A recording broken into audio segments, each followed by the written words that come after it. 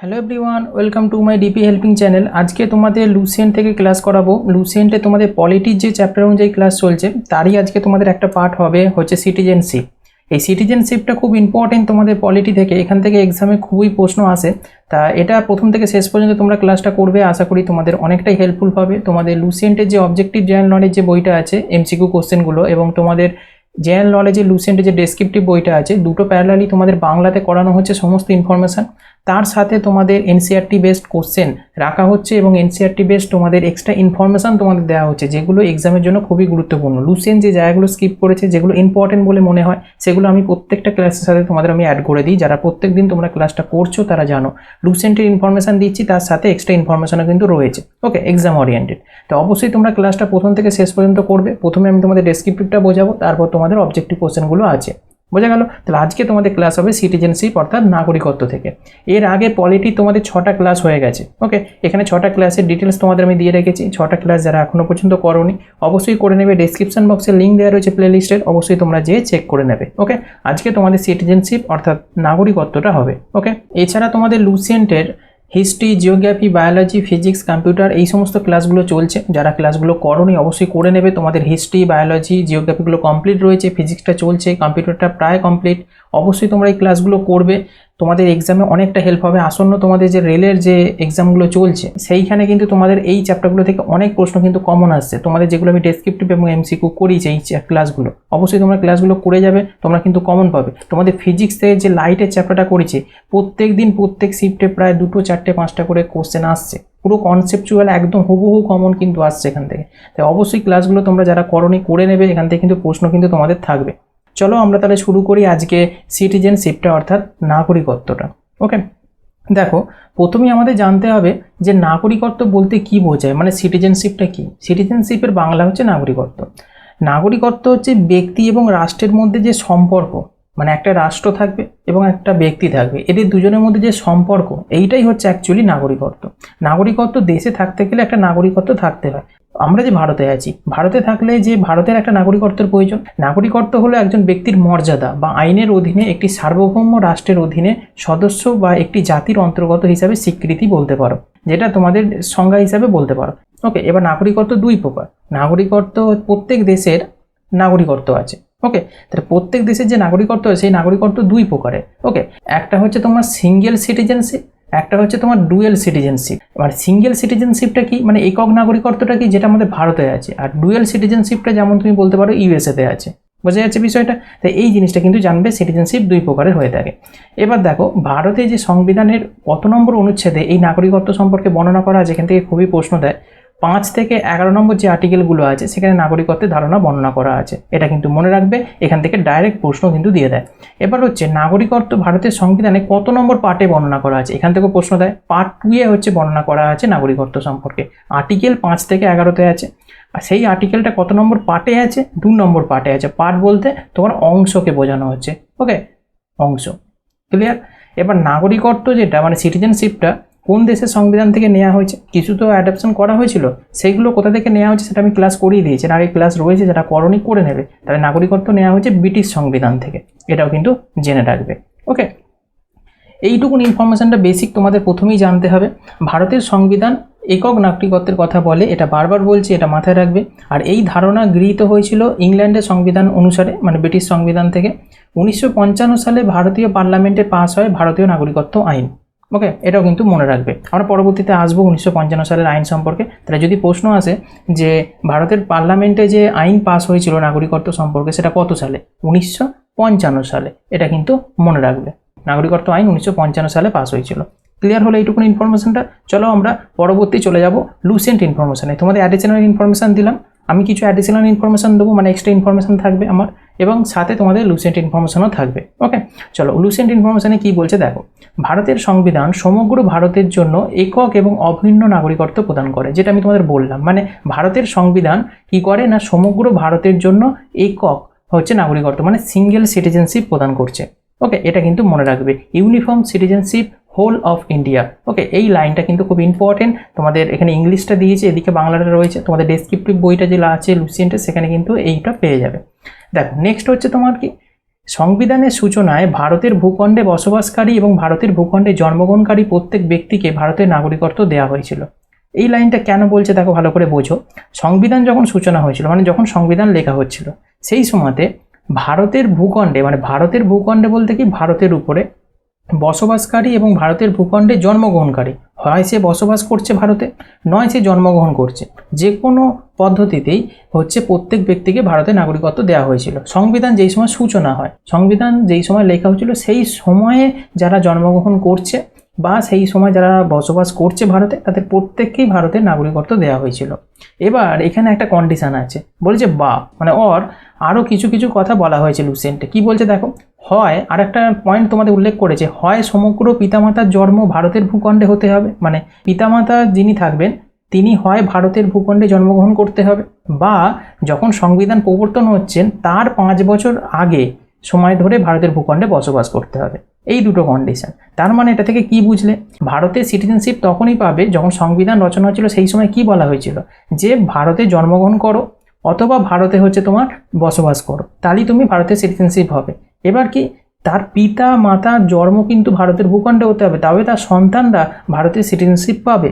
এটা বলা হয়েছিল যখন সংবিধান রচনা হচ্ছিল। এমনকি এটাও বলা হয়েছিল যখন সংবিধান রচনা হচ্ছে তার 5 বছরের কম, মানে 5 বছর আগে থেকেই কিন্তু সিটিজেনশিপটা পাবে। অর্থাৎ তাহলে 1950-এ গিয়ে তোমার সংবিধান কার্যকর হয়েছিল, তাহলে এই 1950-এ গিয়ে যদি কার্যকর হয় তার ঠিক 5 বছর আগে, মানে কি 1945-এ, ওকে, এই 1945 সাল থেকে যারা জন্মগ্রহণ করেছে ভারতে বা ভারতের ভূখণ্ডে তারা বসবাস করছে, তাদেরকেও কিন্তু সিটিজেনশিপ দেওয়া হবে। এই লাইনটাও কিন্তু ইম্পর্টেন্ট। শুধু সংবিধান যে সময় রচনা হচ্ছে, যেই সময় লেখা হচ্ছে বা কার্যকর হচ্ছে, শুধু সেই সময়তেই ভারতে জন্মগ্রহণ করলে তাই নয়, তার 5 বছর আগে পর্যন্ত কিন্তু ভ্যালিড করে দেওয়া হয়েছে। তার কারণ সংবিধানটা 1950 সালে কার্যকর হয়েছিল, তার অনেক আগে থেকে লেখা শুরু হয়েছিল। ওকে, তাই জন্য আরও 5 বছরকে পিছনে রাখা হয়েছিল, যে 1945 সাল থেকে যারা ভারতে জন্মগ্রহণ করেছে বা ভারতে যারা রয়েছে তাদের সকলকেই কিন্তু ভারতের সিটিজেনশিপ নাগরিকত্ব দেওয়া হবে অটোমেটিক্যালি। বোঝা গেছে বিষয়টা? এইটুকুন ইনফরমেশান। চলো পরবর্তী লুসেন্ট আর একটা ইনফরমেশান দেখে নেব। ভারতের নাগরিকদের সংবিধানের অধীনে নিম্নলিখিত অধিকার রয়েছে যা বিদেশি ব্যক্তিদের ক্রিয়া করে না। অর্থাৎ ভারতীয় সংবিধানে বলা রয়েছে যারা ভারতের নাগরিক হবে, মানে ভারতের সিটিজেন হবে, তাদের জন্য একটা মৌলিক অধিকার কিছু রয়েছে, কিন্তু সেই অধিকারগুলো বিদেশি কোনো ব্যক্তি যদি সিটিজেনশিপ গ্রহণ করে ভারতের, তাহলে তাদের ক্ষেত্রে কিন্তু হবে না। এই জায়গাটা ভালো করে বুঝবে। ভারতের যারা নাগরিক, মানে ভারতের সিটিজেনশিপ আছে, ধরো তোমার আমাদের সবাই ভারতের সিটিজেনশিপ আছে, আমরা ভারতেই জন্মগ্রহণ করেছি, আমাদের বাবা মাও হচ্ছে ভারতে জন্মগ্রহণ করেছে, ওকে, তাই জন্য আমরা অটোমেটিক্যালি ভারতের সিটিজেনশিপ। তাহলে এইরকম ভারতের যারা সিটিজেনশিপ আছে তাদের জন্য কিছু অধিকার রয়েছে, সেই ভারতের যারা নাগরিক তারা সেই মৌলিক অধিকারগুলোর দাবিদার হতে পারে। কিন্তু বিদেশি ব্যক্তি, ধরো ইউএসএ থেকে, চীন থেকে বা পাকিস্তান থেকে কেউ ভারতে এলো, এসে এই নির্দিষ্ট কিছু মৌলিক অধিকার আছে যেগুলোকে সে দাবি করতে পারে না। ওকে, সেইগুলো কি কি আমরা জানবো এক এক করে। ব্যাপারটা ক্লিয়ার হয়েছে? দেখো, প্রথমেই যেটা আমরা জানবো, সংবিধানের 3য় অংশে বর্ণনা করা আছে মৌলিক অধিকার। ওকে, 12 থেকে 35 হচ্ছে মৌলিক অধিকার আছে। সেই মৌলিক অধিকারের কিছু ধারা আছে, যেমন 15 নম্বর ধারা, 16 নম্বর ধারা, 19 নম্বর ধারা, 29 নম্বর ধারা, 30 নম্বর ধারা। এই 5টা ধারা হচ্ছে তোমার ভারতে যারা সিটিজেনশিপ, মানে ভারতের যারা সিটিজেনশিপ আছে যে ব্যক্তি, তারাই মৌলিক অধিকারগুলো গ্রহণ করতে পারবে, কিন্তু কোনো বিদেশি ব্যক্তি কিন্তু এই মৌলিক অধিকারের দাবি দেওয়ার হবে না। ওকে, বোঝা যাচ্ছে বিষয়টা? তাহলে এবার প্রশ্ন উঠে আসছে, 15, 16, 19, 29, 30 এই ধারাগুলো তাহলে ভারতের যারা বাসিন্দা আছে তারা কিন্তু এই মৌলিক অধিকারগুলো ক্ষুণ্ণ হলে কোর্টের দ্বারস্থ হতে পারে, কিন্তু তোমার বিদেশি ব্যক্তি কোনো কিন্তু এই ধারাগুলো অনুযায়ী কিন্তু কোর্টের দ্বারস্থ হতে পারবে না। ওকে, যেহেতু তারা বিদেশি, সিটিজেনশিপ তাদের নেই। বোঝা যাচ্ছে? এবার দেখো, শুধুমাত্র নাগরিকরাই, মানে ভারতের যারা নাগরিক হবে তারাই রাষ্ট্রপতি, উপরাষ্ট্রপতি, সুপ্রিম কোর্ট, হাইকোর্টের বিচারক, অ্যাটর্নি জেনারেল এবং রাজ্যের গভর্নর, একটি আইনসভার সদস্য ইত্যাদি পদের জন্য যোগ্য হবে। তাহলে এই কন্ডিশনটাও রয়েছে, মানে ভারতের নাগরিক, ভারতের সিটিজেনশিপ হলে তবেই এই পদগুলোতে সে বহাল হতে পারবে এবং সরকারি কাজে সে বহাল হতে পারবে।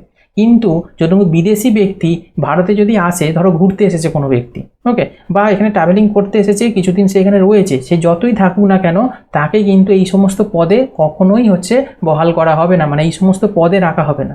ওকে, এই সমস্ত পদে থাকতে গেলে অবশ্যই ভারতের নাগরিক হতে হবে, ভারতের সিটিজেনশিপ থাকতে হবে তাকে। বোঝা যাচ্ছে বিষয়টা? তাই এইগুলো কিন্তু বিদেশির ক্ষেত্রে কাজ হবে না। শুধুমাত্র নাগরিকদের ভোট দেওয়ার অধিকার আছে, এটা লাইনটা খুব important. Only citizens have the right to vote, অর্থাৎ ভোট দিতে গেলে ভারতে যে ভোট হয় তোমরা জানো, ওকে, বিধানসভা, লোকসভা, সেই বা পঞ্চায়েত ভোট। তা এই সমস্ত যে ভোটগুলো হয়, এই ভোটগুলোতে তোমার ভারতের নাগরিকত্ব, সিটিজেনশিপ থাকলে তবেই তুমি ভোট দিতে পারবে, নচেত কিন্তু তুমি ভোট দিতেও পারবে না। ওকে, কোনো ইউএসএ থেকে কোনো ব্যক্তিকে তুমি নিয়ে এলে, তুমি এসে মনে করলে যে আমি এখানে ভোট দিয়ে দেবো, আমি হচ্ছে ভোটে দাঁড়িয়েছি, অনেক বিদেশি থেকে লোক নিয়ে আসবো, বিভিন্ন যে ইউএসএ থেকে, আফ্রিকা থেকে, চীন থেকে লোক নিয়ে এসে আমি ভোট দিয়ে দেবো, আমি হচ্ছে জিতে যাবো, বেশি হবে না। ওকে, কেন হবে না? না, বিদেশি কোনো ব্যক্তি সিটিজেনশিপ না থাকলে তোমার এখানে ভোট দিতে পারবে না। এখানে এবার অনেকের মধ্যে কনফিউজ আছে, তাহলে যারা হচ্ছে বিদেশি ব্যক্তি ভারতের সিটিজেনশিপ নিয়েছে তারা কি ভোট দিতে পারবে না? এখানেও তোমার এই ব্যতিক্রম জিনিসটা কিন্তু মনে রাখতে হবে। তাহলে ব্যাপারটা বোঝা গেল, ভারতের নাগরিক হলে তবেই তুমি হচ্ছে ভোট দিতে পারবে। বোঝা গেল? চলো পরবর্তী ইনফরমেশন আমরা চলে যাব লুসেন্টের একটা ইনফরমেশনে। দেখো, শত্রু বহিরাগত লোকেরা গ্রেপ্তার এবং আটক সংক্রান্ত ধারা 22-এর 1 এবং 2 এর পদ্ধতিগত বিধানের সুবিধা পাওয়ার অধিকারী নয়। ভালো করে লাইনটা দেখবে, কি বলছে না, শত্রু, ওকে, মানে এনিমি যারা হয়, ওকে, বহিরাগত শত্রু, বাইরে থেকে কোনো শত্রু বা বিদেশি কোনো ব্যক্তি সে গ্রেপ্তার হয়ে গেছে ইন্ডিয়াতে এসে কোনো ভুল কাজ করার জন্য, তাকে আটক করে রাখা হয়েছে। এবার আটক করে রাখা হলে কিছু লিগালি নিয়ম আছে, ওকে, কিছু লিগালি নিয়ম আছে যেগুলো হচ্ছে তোমার সবার জন্য প্রযোজ্য হয়। কিন্তু এখানে বহিরাগত যেহেতু শত্রু সে বা হচ্ছে বিদেশি কোনো ব্যক্তিকে যদি গ্রেপ্তার করা হয়, তাহলে কিছু স্পেশাল কন্ডিশন আছে, সেইগুলো তারা অ্যাপ্লাই করতে পারবে না ভারতের মতো। যেমন হচ্ছে 22 নম্বর ধারার 1 এবং 2 পার্ট, এই দুটো হচ্ছে সে অ্যাপ্লাই করতে পারবে না, হচ্ছে কোর্টের দ্বারস্থ হতে পারবে না এই দুটো ধারায়। এবার প্রশ্ন উঠে আসছে, স্যার তাহলে 22 নম্বর ধারা অ্যাকচুয়ালি কী বলা আছে যেটা সেটা বিদেশিরা পাবে না ভারতীয়রা পাচ্ছে? এই 22 নম্বর ধারায় বলা আছে গ্রেপ্তার ও আটক রাখার বিরুদ্ধে সংরক্ষণমূলক ব্যবস্থা। অর্থাৎ একটা ব্যক্তিকে গ্রেপ্তার করা হলো, তাকে সেই গ্রেপ্তারের কারণ জানাতে হবে এবং নির্দিষ্ট সময়ে তাকে হচ্ছে তার উকিলের পরামর্শ সে নিতে পারে, সেই অধিকারটা তাকে দিতে হবে। ওকে, এই জিনিসগুলো কিন্তু 22 নম্বর ধারায় বলা আছে। বোঝা যাচ্ছে? এই জিনিসটা কিন্তু ভারতীয়রা যদি গ্রেপ্তার হয় তাহলে তারা কিন্তু প্রযোজ্য এই আইনটাতে, কিন্তু যদি বিদেশি কোনো বহিরাগত শত্রু যদি সেটা গ্রেপ্তার হয় বা আটক হয়, তাদের ক্ষেত্রে কিন্তু এই নিয়মটা লাগু হবে না, বা সে হচ্ছে এই 22 নম্বর ধারাটাকে সে অ্যাপ্লাই করতে পারবে না, যে আমাকে অবশ্যই কারণটা ইমিডিয়েটলি কারণটা জানাও, আমাকে হচ্ছে উকিলের সাথে পরামর্শ করতে দাও, আমি কোর্টের দ্বারস্থ হব তাড়াতাড়ি। এই জিনিসটা কিন্তু বিদেশি শত্রু যদি তোমার বহিরাগত বা বিদেশি শত্রু যদি আটক হয়, তাহলে কিন্তু তার ক্ষেত্রে এটা লাগু করা হবে না। ওকে, এটা শুধুমাত্র ভারতীয়দের জন্য এটা স্পেশাল সুবিধা আছে। ভেরি ভেরি ইম্পর্টেন্ট একটা লাইন, এখান থেকে ভালোই কিন্তু প্রশ্ন আসে এক্সামে। ওকে, তো এই জায়গাটা কিন্তু 22 নম্বর ধারাটা কিন্তু মনে রাখবে, এই 22 নম্বর ধারা কিন্তু বিদেশি বহিরাগত শত্রুরা কিন্তু গ্রেপ্তার হলে এই সুযোগটা পায় না, ভারতীয়রা পায় এই সুযোগটা। নেক্সট আরেকটা ইনফরমেশন তোমাদের জানতে হবে, নাগরিকত্ব আইন 1955, যেটা আমি প্রথম দিকে শুরুতেই বললাম, ভারতের নাগরিকত্ব আইন পাস হয়েছিল 1955-তে। সেই নাগরিকত্ব আইন 1955 নিম্নলিখিত উপায়ে ভারতের নাগরিকত্ব অর্জন করে। মানে নাগরিকত্ব অর্জন করতে গেলে কতগুলো নিয়ম আছে, কতগুলো কন্ডিশন আছে, সেই কন্ডিশনগুলো আমরা জানবো। ওকে, তাহলে এখান থেকে প্রশ্ন হচ্ছে নাগরিকত্ব আইন কবে পাস হয়েছিল? 1955 সালে। ওকে, তাহলে এবার প্রশ্ন উঠে আসছে যে নাগরিকত্ব তো এতক্ষণ ধরে পড়লাম, নাগরিকত্বের কিছু জিনিসও আমরা বুঝলাম, এবার নাগরিকত্ব যে আমি অর্জন করব তার তো একটা ব্যবস্থা আছে, তাহলে সেই উপায়গুলো কী কী, কোন কোন উপায় বা কোন কোন পদ্ধতিতে আমরা নাগরিকত্ব অর্জন করতে পারবো সেটা আমাদের জানতে হবে। এবার অনেকের মধ্যে প্রশ্ন হচ্ছে, আমরা তো জন্মগতভাবে হচ্ছে নাগরিকত্ব পেয়ে গেছি। শুধু জন্মগতভাবে নাগরিকত্ব পাওয়া যায় না, জন্মগত ছাড়াও কিন্তু অন্যভাবেও নাগরিকত্ব পাওয়া যায়। ধরো আমরা ভারতে আছি, আমাদের সিটিজেনশিপ পাওয়ার জন্য কি অফিস আদালতে হচ্ছে তোমার ছুটোছুটি করতে হয়েছে? করতে হয়নি, অটোমেটিক্যালি পেয়ে যেতে, কারণ আমাদের যে বাবা মা যারা ছিল তারাও ভারতের ছিল, তার বাবা মারাও ভারতের ছিল। তাই ভারতের ভূখণ্ডে যারা বসবাস করেছে তারা অটোমেটিক্যালি জেনারেশন টু জেনারেশন কী হবে, ভারতের নাগরিকত্ব পেয়ে যাবে, যদি না সে বিদেশি নাগরিকত্ব নিয়ে থাকে। বোঝা যাচ্ছে বিষয়টা? কিন্তু শুধু জন্মগতভাবে ভারতের নাগরিকত্বই অর্জন করা যায় না, এছাড়া আরও অনেক পদ্ধতি আছে যাদের জন্মগত ছাড়াও কিন্তু ভারতের নাগরিকত্ব অর্জন করা যায়। তা কী কী পদ্ধতিতে নাগরিকত্ব পাওয়া যায় সেইগুলো আমরা এক এক করে জেনে নেব। দেখো, এগুলো অ্যাডিশনাল ইনফরমেশান আবার বলে রাখছি। এতক্ষণ আমরা লুসেন্ট ইনফরমেশান পড়লাম, এবার আবার অ্যাডিশনাল ইনফরমেশান দিচ্ছি, মানে এক্সট্রা ইনফরমেশান। এখানটা তোমাদের লুসেন্টে ভালো করে দেওয়া নেই। ওকে, এই জায়গাটা তোমাদের কিন্তু জানতে হবে। ওকে, দেখো, ভারতের নাগরিকত্ব অর্জন এবং তার নির্ধারণের 4টে উপায় রয়েছে। কটা উপায় রয়েছে? 4টি উপায় রয়েছে। 4টি উপায় কি কি? এক হচ্ছে, ফার্স্ট হচ্ছে জন্ম, এটা হচ্ছে বেসিক ক্রাইটেরিয়া। যে কোনো তুমি দেশে যাও না কেন, সেখানে নাগরিকত্ব অর্জন করতে গেলে জন্মগতভাবে নাগরিকত্ব, এটা বেসিক ক্রাইটেরিয়া, এটা থাকবে। আদার্সগুলো আলাদা আলাদাভাবে হতে পারে। এবার আমরা যেটা পড়ছি ভারতীয় নাগরিকত্ব অর্জন সম্পর্কে, তাই বেসিক ক্রাইটেরিয়া হচ্ছে জন্মগত, এটা তো থাকলোই। ওকে, এর সাথে আর তিনটে কি আছে, বংশ, নিবন্ধন এবং প্রাকৃতিককরণ। ওকে, এই তিনটে, অর্থাৎ এই তিনটে আর এই একটা জন্ম, এই টোটাল হচ্ছে 4টে পদ্ধতি। এই 4টে পদ্ধতিতে নাগরিকত্ব ভারতে অর্জন করা যায়। নাগরিকত্ব আইন 1950-এর অধীনে এই বিধানগুলো তালিকাভুক্ত করা হয়েছে। যখন সংবিধান লেখা হয়েছিল সেই সময় কিন্তু এইগুলো ছিল না, অনলি ফর জন্মগতটা ছিল। ওকে, এইগুলোকে অ্যাড করে দেওয়া হয়েছে। টোটাল 4টি উপায়ে ভারতে নাগরিকত্ব অর্জন করা যাবে 1955 সালের আইন অনুযায়ী। এবার আমরা এক এক করে জানবো যে প্রথমটা কি আছে, জন্মগতভাবে। তাহলে জন্মগতভাবে যদি হয় তাহলে কি কি কন্ডিশন আছে বা ক্রাইটেরিয়া আছে সেগুলো জেনে নাও। দেখো, খুব ইম্পর্টেন্ট কিন্তু এই জায়গাগুলো থেকে প্রশ্ন দেয় বা এই জায়গাগুলো জানাটা জরুরি। 26/1/1950 বা তারপরে, কিন্তু 1/7/1987 আগে ভারতে জন্মগ্রহণকারী প্রত্যেক ব্যক্তি তার পিতামাতার জাতীয়তা নির্বিশেষে একজন ভারতের নাগরিক হতে পারবে। ব্যাপারটা ভালো করে বুঝবে। এটা 26/1/1950, ওকে, এই তারিখের পরে এবং 1/7/1987 এই তারিখের আগে ভারতে যদি কোনো ব্যক্তি জন্মগ্রহণ করে, তার পিতামাতা যদি সেখানে জন্মগ্রহণ করে থাকে, তার ছেলে বা মেয়েরা অটোমেটিক্যালি ভারতের নাগরিক হতে পারবে। এটা একটা কন্ডিশন জন্মগতভাবে হতে গেলে। সালটা কিন্তু ভালো করে মনে রাখবে, ডেটটা সমেত। 26/1/1950 বা তারপরে, কিন্তু 1/7/1987 আগে হতে হবে। বোঝা যাচ্ছে বিষয়টা? ক্লিয়ার হয়েছে? চলো পরবর্তী আর একটা পয়েন্ট দেখো। 1/7/1987 এবং 2/12/2004 মধ্যে ভারতে জন্মগ্রহণকারী প্রত্যেক ব্যক্তি ভারতের নাগরিক। ওকে, কারণটা কি, তার জন্মের সময় তার পিতামাতার মধ্যে একজন দেশের নাগরিক ছিল। হয় পিতাকে নাগরিক হতে হবে ভারতে, নয় মাতাকে, অর্থাৎ মাকে হচ্ছে ভারতের নাগরিক হতে হবে। একজন বিদেশি হলেও চলবে, কিন্তু একজনকে, হয় বাবাকে নয় মাকে ভারতের নাগরিক হতে হবে। তাহলে সে ভারতের নাগরিকত্ব মানে সিটিজেনশিপ পাবে। কত তারিখ থেকে? 1/7/1987 থেকে 2/12/2004 মধ্যে যারা ভারতে জন্মগ্রহণ করেছে সেই সমস্ত ব্যক্তিদের জন্য এই কন্ডিশনটা। বোঝা গেল? এরকমভাবে কন্ডিশনগুলো জানতে হবে জন্মগতভাবে কী কী। আর একটা কন্ডিশন আছে, 3 নম্বর কন্ডিশনটা কি, 3/12/2004। ওকে, 2/12/2004 পর্যন্ত হয়ে গেছে। এবার 3/12/2000 তারিখ বা তারপর থেকে আজও পর্যন্ত যেটা চলে আসছে, সেখানে ভারতে জন্মগ্রহণকারী প্রত্যেক ব্যক্তি দেশের একজন নাগরিক। 2004 সালের 3রা ডিসেম্বর থেকে, সেই দিন থেকে আজও পর্যন্ত যারা জন্মগ্রহণ করে এসেছে বা করে আসছে, তারা প্রত্যেকেই অটোমেটিক্যালি ভারতের নাগরিক হবে। বোঝা যাচ্ছে? কিন্তু 3/12/2004 আগে দুটো কন্ডিশন কিন্তু ছিল। এই কন্ডিশন ফুলফিল করলে তবেই তারা ভারতের নাগরিক প্রাপ্যতা পাবে। তাহলে বোঝা যাচ্ছে, তাই কন্ডিশন 3টে কিন্তু তোমাদের মনে রাখতে হবে, খুব ইম্পর্টেন্ট। জন্মগতভাবে নাগরিকত্ব সিটিজেনশিপ পেতে গেলে 3টে কন্ডিশন জন্মগতভাবে। আশা করি তোমাদের ক্লিয়ার হয়েছে বিষয়টা। চলো পরবর্তী আমরা পয়েন্ট দেখে নেব। তাহলে আমরা যে 4টে কন্ডিশন দিয়েছিলাম ভারতের নাগরিকত্বের জন্য, তার 1 নম্বরটা আমরা পড়ে ফেলেছি জন্মগতভাবে। নেক্সট পড়বো হচ্ছে নিবন্ধের মাধ্যমে। ওকে, এইটা চলো আমরা দেখে নিই। এবার অনেকের কাছে মনে হচ্ছে যে নিবন্ধের ইংলিশটা কি, বাংলাটা আমরা, বাংলাগুলো তো এরকমই হয়। নিবন্ধনের হচ্ছে তোমার রেজিস্ট্রেশন। ওকে, আমি এখানে লিখে দিচ্ছি রেজিস্ট্রেশন। ওকে, রেজিস্ট্রেশনের বাংলা হচ্ছে তোমার নিবন্ধন। Okay, by registration. Okay, by registration মানে নিবন্ধের মাধ্যমে। নিবন্ধের মাধ্যমে নাগরিকত্ব অর্জন করা যায়, কিছু বাধ্যতামূলক নিয়ম কিন্তু রয়েছে, সেটা কিন্তু তোমাদের জানতে হবে। রেজিস্ট্রেশনের মাধ্যমে করা যায় অবশ্যই, মানে তুমি রেজিস্ট্রেশন করে তুমি ভারতের নাগরিকত্ব অর্জন করতে পারো। তার জন্য কিছু হচ্ছে ম্যান্ডেটরি কিছু রুলস আছে, সেই রুলসগুলো আমরা দেখে নেব এক এক করে। ভারতীয় বংশোদ্ভূত একজন ব্যক্তি যিনি নিবন্ধের জন্য মানে রেজিস্ট্রেশনের জন্য আবেদন করার আগে 7 বছর ধরে ভারতের বাসিন্দা থাকতে হবে। মানে যে রেজিস্ট্রেশনের মাধ্যমে ভারতের নাগরিকত্ব অর্জন করবে, মানে জন্মগতভাবে নয়, রেজিস্ট্রেশন করে, তাদেরকে কন্ডিশন ফিল করতে হবে, কিছু কন্ডিশন। তার মধ্যে ফার্স্ট কন্ডিশন হচ্ছে 7 বছর ধরে ভারতের বাসিন্দা থাকতে হবে আবেদন করার আগে। যেদিন তুমি আবেদন করবে, ধরো আজকে তুমি আবেদন করছো, আজকের দিন থেকে মানে আগের দিন পর্যন্ত তোমাদের কমপ্লিট থাকতে হবে 7 বছর, 7 ইয়ার্স। ওকে, বোঝা যাচ্ছে? তবে কিন্তু যেদিন অ্যাপ্লাই করছো সেদিন যেন 7 বছর কমপ্লিট হয়, পূর্ণ হয়, তবেই তুমি কিন্তু এই রেজিস্ট্রেশন বা নিবন্ধের জন্য আবেদন করতে পারবে। ওকে, নেক্সট হচ্ছে ভারতীয় বংশোদ্ভূত একজন ব্যক্তি যিনি অবিভক্ত ভারতের বাইরে যে কোনো দেশের বাসিন্দা।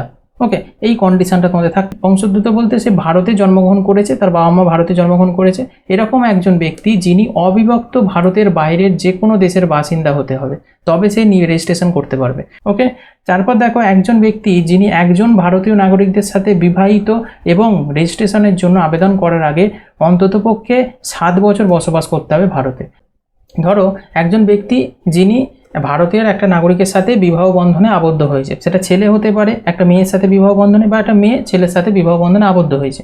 তাহলে এই যে বিবাহ বন্ধনে যে আবদ্ধ হলো এবং ছেলে রেজিস্ট্রেশন করতে যাচ্ছে যে আমি ভারতের নাগরিকত্ব চাই, তাহলে এই আবেদন করার আগে তাকে 7 বছর ধরে বসবাস করতে হবে ভারতে, যে ব্যক্তি আবেদন করবে। এই কন্ডিশনটা থাকলে তবেই কিন্তু তুমি রেজিস্ট্রেশন অর্থাৎ নিবন্ধের মাধ্যমে কিন্তু ভারতের নাগরিকত্ব পাবে, নচেত পাবে না। তুমি মনে করছো যে আমরা বিদেশ থেকে এসেছি, ভারতে অনেকদিন ধরে রয়েছি, কিছু বছর ধরে 2-4 বছর, এবার একটা ভারতীয় মেয়েকে হচ্ছে সে বিয়ে করলো, ওকে, বিয়ে করার পরে সে ভাবছে যে আমি ভারতে নাগরিকত্ব পেয়ে যাব। কখনোই নয়, তাকে পেতে তখনই পারবে যখন সে 7 বছর ধরে হচ্ছে তোমার ভারতে বসবাস করলে তবেই সে রেজিস্ট্রেশনের প্রাপ্ত হবে। বোঝা যাচ্ছে বিষয়টা? চলো নেক্সট, যারা ভারতের নাগরিক তাদের নাবালক সন্তান, অর্থাৎ ভারতের নাগরিক এমন আছে ব্যক্তি তাদের নাবালক সন্তান, মানে 18 বছর বয়স হলে তবে সে সাবালক হয়, মানে 18 বছর বয়স হওয়ার আগে পর্যন্ত, মানে 17 হচ্ছে প্লাস বয়স পর্যন্ত সে কিন্তু নাবালক যদি সন্তান থাকে তবে সেই রেজিস্ট্রেশন অর্থাৎ নিবন্ধের মাধ্যমে ভারতের নাগরিক হওয়ার অধিকার পাবে। বোঝা যাচ্ছে? নাবালক সন্তান হতে হবে কিন্তু তার, তবেই কিন্তু সে পাবে, নচেত নয়। 18 বছর যদি ছেলের বয়স হয়ে যায় তাহলে কিন্তু সে পাবে না। মাইনর চিলড্রেন যেটাকে বলা হয়ে থাকে, minor children of the process who are the citizens of India, okay, সে যদি মাইনর হয়ে থাকে, মানে নাবালক যদি সন্তান হয়ে থাকে, মানে সে সাবালক নয় এরকম যদি কোনো সন্তান হয়ে থাকে, তারা কিন্তু ভারতের নাগরিক হওয়ার অধিকার পাবে রেজিস্ট্রেশনের মাধ্যমে। বোঝা গেল বিষয়টা? আশা করি তোমরা রেজিস্ট্রেশনের মাধ্যমে 4টে কন্ডিশন তোমরা বুঝতে পারলে। এবার আমরা পরবর্তী চলে যাব 3 নম্বর, বংশানুক্রমিকভাবে। মানে কি? By descent. বংশানুক্রমিক বলতে ডিসেন্টের মাধ্যমে, ওকে, আমি ইংলিশ টার্মটা এখানে লিখে দিচ্ছি, ডিসেন্ট, ওকে, বাই ডিসেন্ট অর্থাৎ বংশানুক্রমিকভাবে। কি বংশানুক্রমিক কী নিয়মগুলো রয়েছে ধরো কন্ডিশনগুলো আমরা দেখে নিই। দেখো, ফার্স্ট কন্ডিশন বলছে 26শে জানুয়ারি 1950, ওকে, 26শে জানুয়ারি 1950 বা তারপরে ভারতের বাইরে জন্মগ্রহণকারী, মানে ভারতে জন্মগ্রহণ নয়, ভারতের বাইরে জন্মগ্রহণকারী একজন ব্যক্তি যদি তার পিতার জন্মসূত্রে ভারতের নাগরিক হন তবে তিনি বংশগতভাবে ভারতের নাগরিক হতে পারবেন। ভেরি ভেরি ইম্পর্ট্যান্ট একটা কন্ডিশন এটা অনেকেই ফুলফিল করে এবং ভারতের নাগরিকত্ব অর্জন করে বংশানুক্রমিকভাবে, এটা জেনে রাখবে।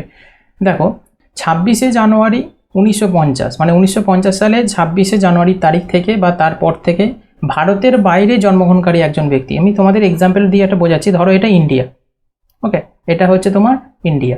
এই ইন্ডিয়া থেকে কেউ হচ্ছে কাজের সূত্রে চলে গেছে হচ্ছে ইউএসএতে, ওকে, ইউএসএতে চলে গেছে। এবার ধরো তুমি, এটা ধরো ইন্ডিয়া, ওকে, এটা ইন্ডিয়া, এটা ইউএসএ, ওকে।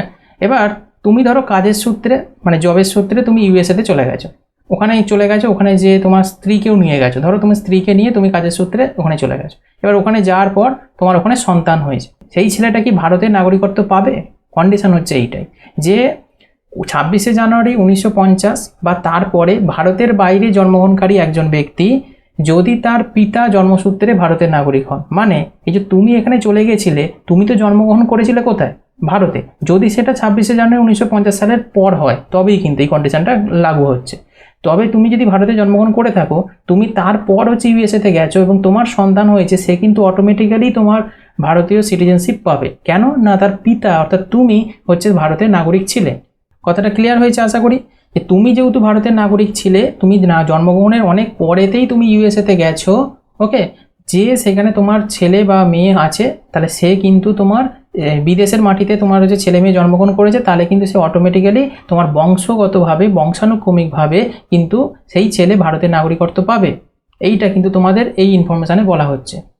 এই 26শে জানুয়ারি 1950-এর যে তারিখটা, এই তারিখে কিন্তু তোমার ছেলেকে কিন্তু এর পরে কিন্তু জন্মগ্রহণ করতে হবে। এই তারিখের আগে, মানে একদিন আগেও যদি হয়ে যায়, মানে 25শে জানুয়ারি 1950-ও যদি সেই ছেলে জন্মগ্রহণ করে থাকে বিদেশের মাটিতে, তাহলে কিন্তু এই ক্রাইটেরিয়া সে পূরণ করতে পারছে না, তাহলে সে বংশানুক্রমিকভাবে হচ্ছে ভারতের নাগরিকত্ব মানে সিটিজেনশিপ পাবে না। বোঝা গেল বিষয়টা? আশা করি তোমরা বুঝতে পেরেছো। নেক্সট আমরা আরেকটা ক্রাইটেরিয়া দেখে নেব। একজন ব্যক্তি 10ই ডিসেম্বর 1992 বা তার পরে ভারতের বাইরে জন্মগ্রহণ করেছে। আগেরটা বললাম 26শে জানুয়ারি 1950, এবার দেখো 10ই ডিসেম্বর 1992 বা তারপরে ভারতের বাইরে জন্মগ্রহণ করেছে, ওকে। কিন্তু আছে এখানে 3রা ডিসেম্বর 2004-এর আগে যদি তার পিতামাতার কেউ জন্মসূত্রে ভারতের নাগরিক হয়ে থাকে, তাহলে সে বংশানুক্রমিকভাবে অটোমেটিক নাগরিকত্ব পেয়ে যাবে।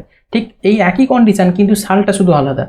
তুমি ধরো বিদেশে মানে ইউএসএতে জন্মগ্রহণ করেছো, সেখানে 10ই ডিসেম্বর 1992 সাল বা তারপরে, ওকে। তাহলে 1992 সালে তুমি যদি জন্মগ্রহণ করে থাকো 10ই ডিসেম্বরের পরে, তাহলে তুমি কিন্তু ভারতের নাগরিক হতে পারবে একটা কন্ডিশন, যদি তোমার পিতা বা মাতার মধ্যে কেউ একজন 3রা ডিসেম্বর 2004-এর আগে হচ্ছে তোমার ভারতে জন্মগ্রহণ করে থাকে, তবে নচেত কিন্তু নয়। এই কন্ডিশনটা ফুলফিল করলে তাহলে কিন্তু তুমি বংশানুক্রমিকভাবে ভারতের নাগরিকত্ব পাবে। আশা করি ক্লিয়ার হলো। চলো নেক্সট আমরা দেখে নেব, ভারতের বাইরে 3রা ডিসেম্বর 2004-এর পরে যদি তাহলে জন্মগ্রহণ করে তাহলে কি হবে। ওকে, তাহলে এই 3রা ডিসেম্বর 2004-এর পরে জন্মগ্রহণকারী কোনো ব্যক্তিকে নাগরিকত্ব পেতে হলে তার পিতামাতাকে ঘোষণা করতে হবে যে নাবালকের কাছে অন্য দেশের পাসপোর্ট নেই এবং তার জন্ম 1 বছরের মধ্যে ভারতীয় কনসুলেটে নিবন্ধিত হয়েছে জন্মসূত্রে, তবেই সে বংশানুক্রমিকভাবে নাগরিকত্ব পাবে। এই কন্ডিশনটা একটু বড় হলো, খুব ইজি, ব্যাপারটা বোঝো ভালো করে। যারা 2004-এর আগে 3রা ডিসেম্বরের আগে পর্যন্ত যারা হচ্ছে তাদের তো ব্যাপারটা কন্ডিশনটা বুঝলে, কিন্তু যদি 3রা ডিসেম্বর 2004-এর পরে যদি কোনো সন্তান বিদেশের মাটিতে জন্মগ্রহণ করে তাহলে সেই ব্যক্তি কি নাগরিকত্ব হবে? হ্যাঁ, পাবে। একটা কন্ডিশন আছে। কি কন্ডিশন? পিতামাতাকে ঘোষণা করতে হবে, ডিক্লারেশন দিতে হবে যে নাবালক মানে যে শিশু জন্মগ্রহণ করেছে, নাবালক বলতে 17 বছর, ভারতের নাগরিক হচ্ছে নাবালক হয় 17 বছর বয়স পর্যন্ত, 17 প্লাস 18 হয়ে গেলে তোমার হচ্ছে সাবালক হয়। তার মানে এই 18 বছর পূর্ণতা হওয়ার আগের মধ্যেই তোমাকে ডিক্লারেশন দিতে হবে যে তার কোনো বিদেশি পাসপোর্ট নেই, মানে সেই সন্তানের কোনো বিদেশি পাসপোর্ট নেই, এটা ডিক্লারেশন জমা দিতে হবে। মানে সে ভেরিফিকেশন করবে ওকে ভারতের সংস্থা, এবং তার জন্ম 1 বছরের মধ্যে ভারতীয় কনসুলেটে নিবদ্ধ হয়েছে, মানে সে যে ডেটে জন্মগ্রহণ করেছে 2004 3রা ডিসেম্বরের পরে যে ডেটে জন্মগ্রহণ করেছে তার থেকে 1 বছরের মধ্যে 1 ইয়ারের মধ্যে ভারতীয় জন্মসূত্রের খাতাতে নাম নথিভুক্ত করা হয়েছে কিনা, তাহলে সে কিন্তু জন্মগতভাবে ভারতের নাগরিকত্ব পাবে, নচেত পাবে না। যেমন তোমরা জানো নর্মালি ভারতে জন্মগ্রহণ করলে কোনো সন্তান তাহলে সে কি হয় না, কিছুদিনের মধ্যে 1 বছরের মধ্যে কি করতে হয়, নাম নথিভুক্ত করতে হয়। ওকে, জন্ম সার্টিফিকেটটাকে নিয়ে যে সেখানে নতুন করে তোমার নাম দিয়ে এন্ট্রি করে ডেট অফ বার্থ দিয়ে একটা জন্ম সার্টিফিকেট রেডি করতে হয়, সেইখানে তোমাদের এটা নিবদ্ধ করা হচ্ছে ভারতে। ওকে, তুমি সে ভারতের নাগরিক হলে, ব্যাপারটা বোঝা গেল বিষয়টা। সেই জিনিসটা কিন্তু ডিক্লারেশন দিতে হবে তাকে, তবে সে পাবে। ব্যাপারটা আশা করি তোমরা ক্লিয়ারলি বুঝতে পেরেছো বংশানুক্রমিকভাবে। এবার আসবো হচ্ছে প্রাকৃতিকরণের মাধ্যমে। এবার প্রাকৃতিকরণকে কি বলা হয় ইংলিশে? By naturalisation. ওকে, ন্যাচারালাইজেশনের মাধ্যমে অর্থাৎ প্রাকৃতিকরণের মাধ্যমে নাগরিকত্ব কি করে পাওয়া যাবে? ন্যাচারালাইজেশনের মাধ্যমে। চলো সেটা আমরা দেখে নিই।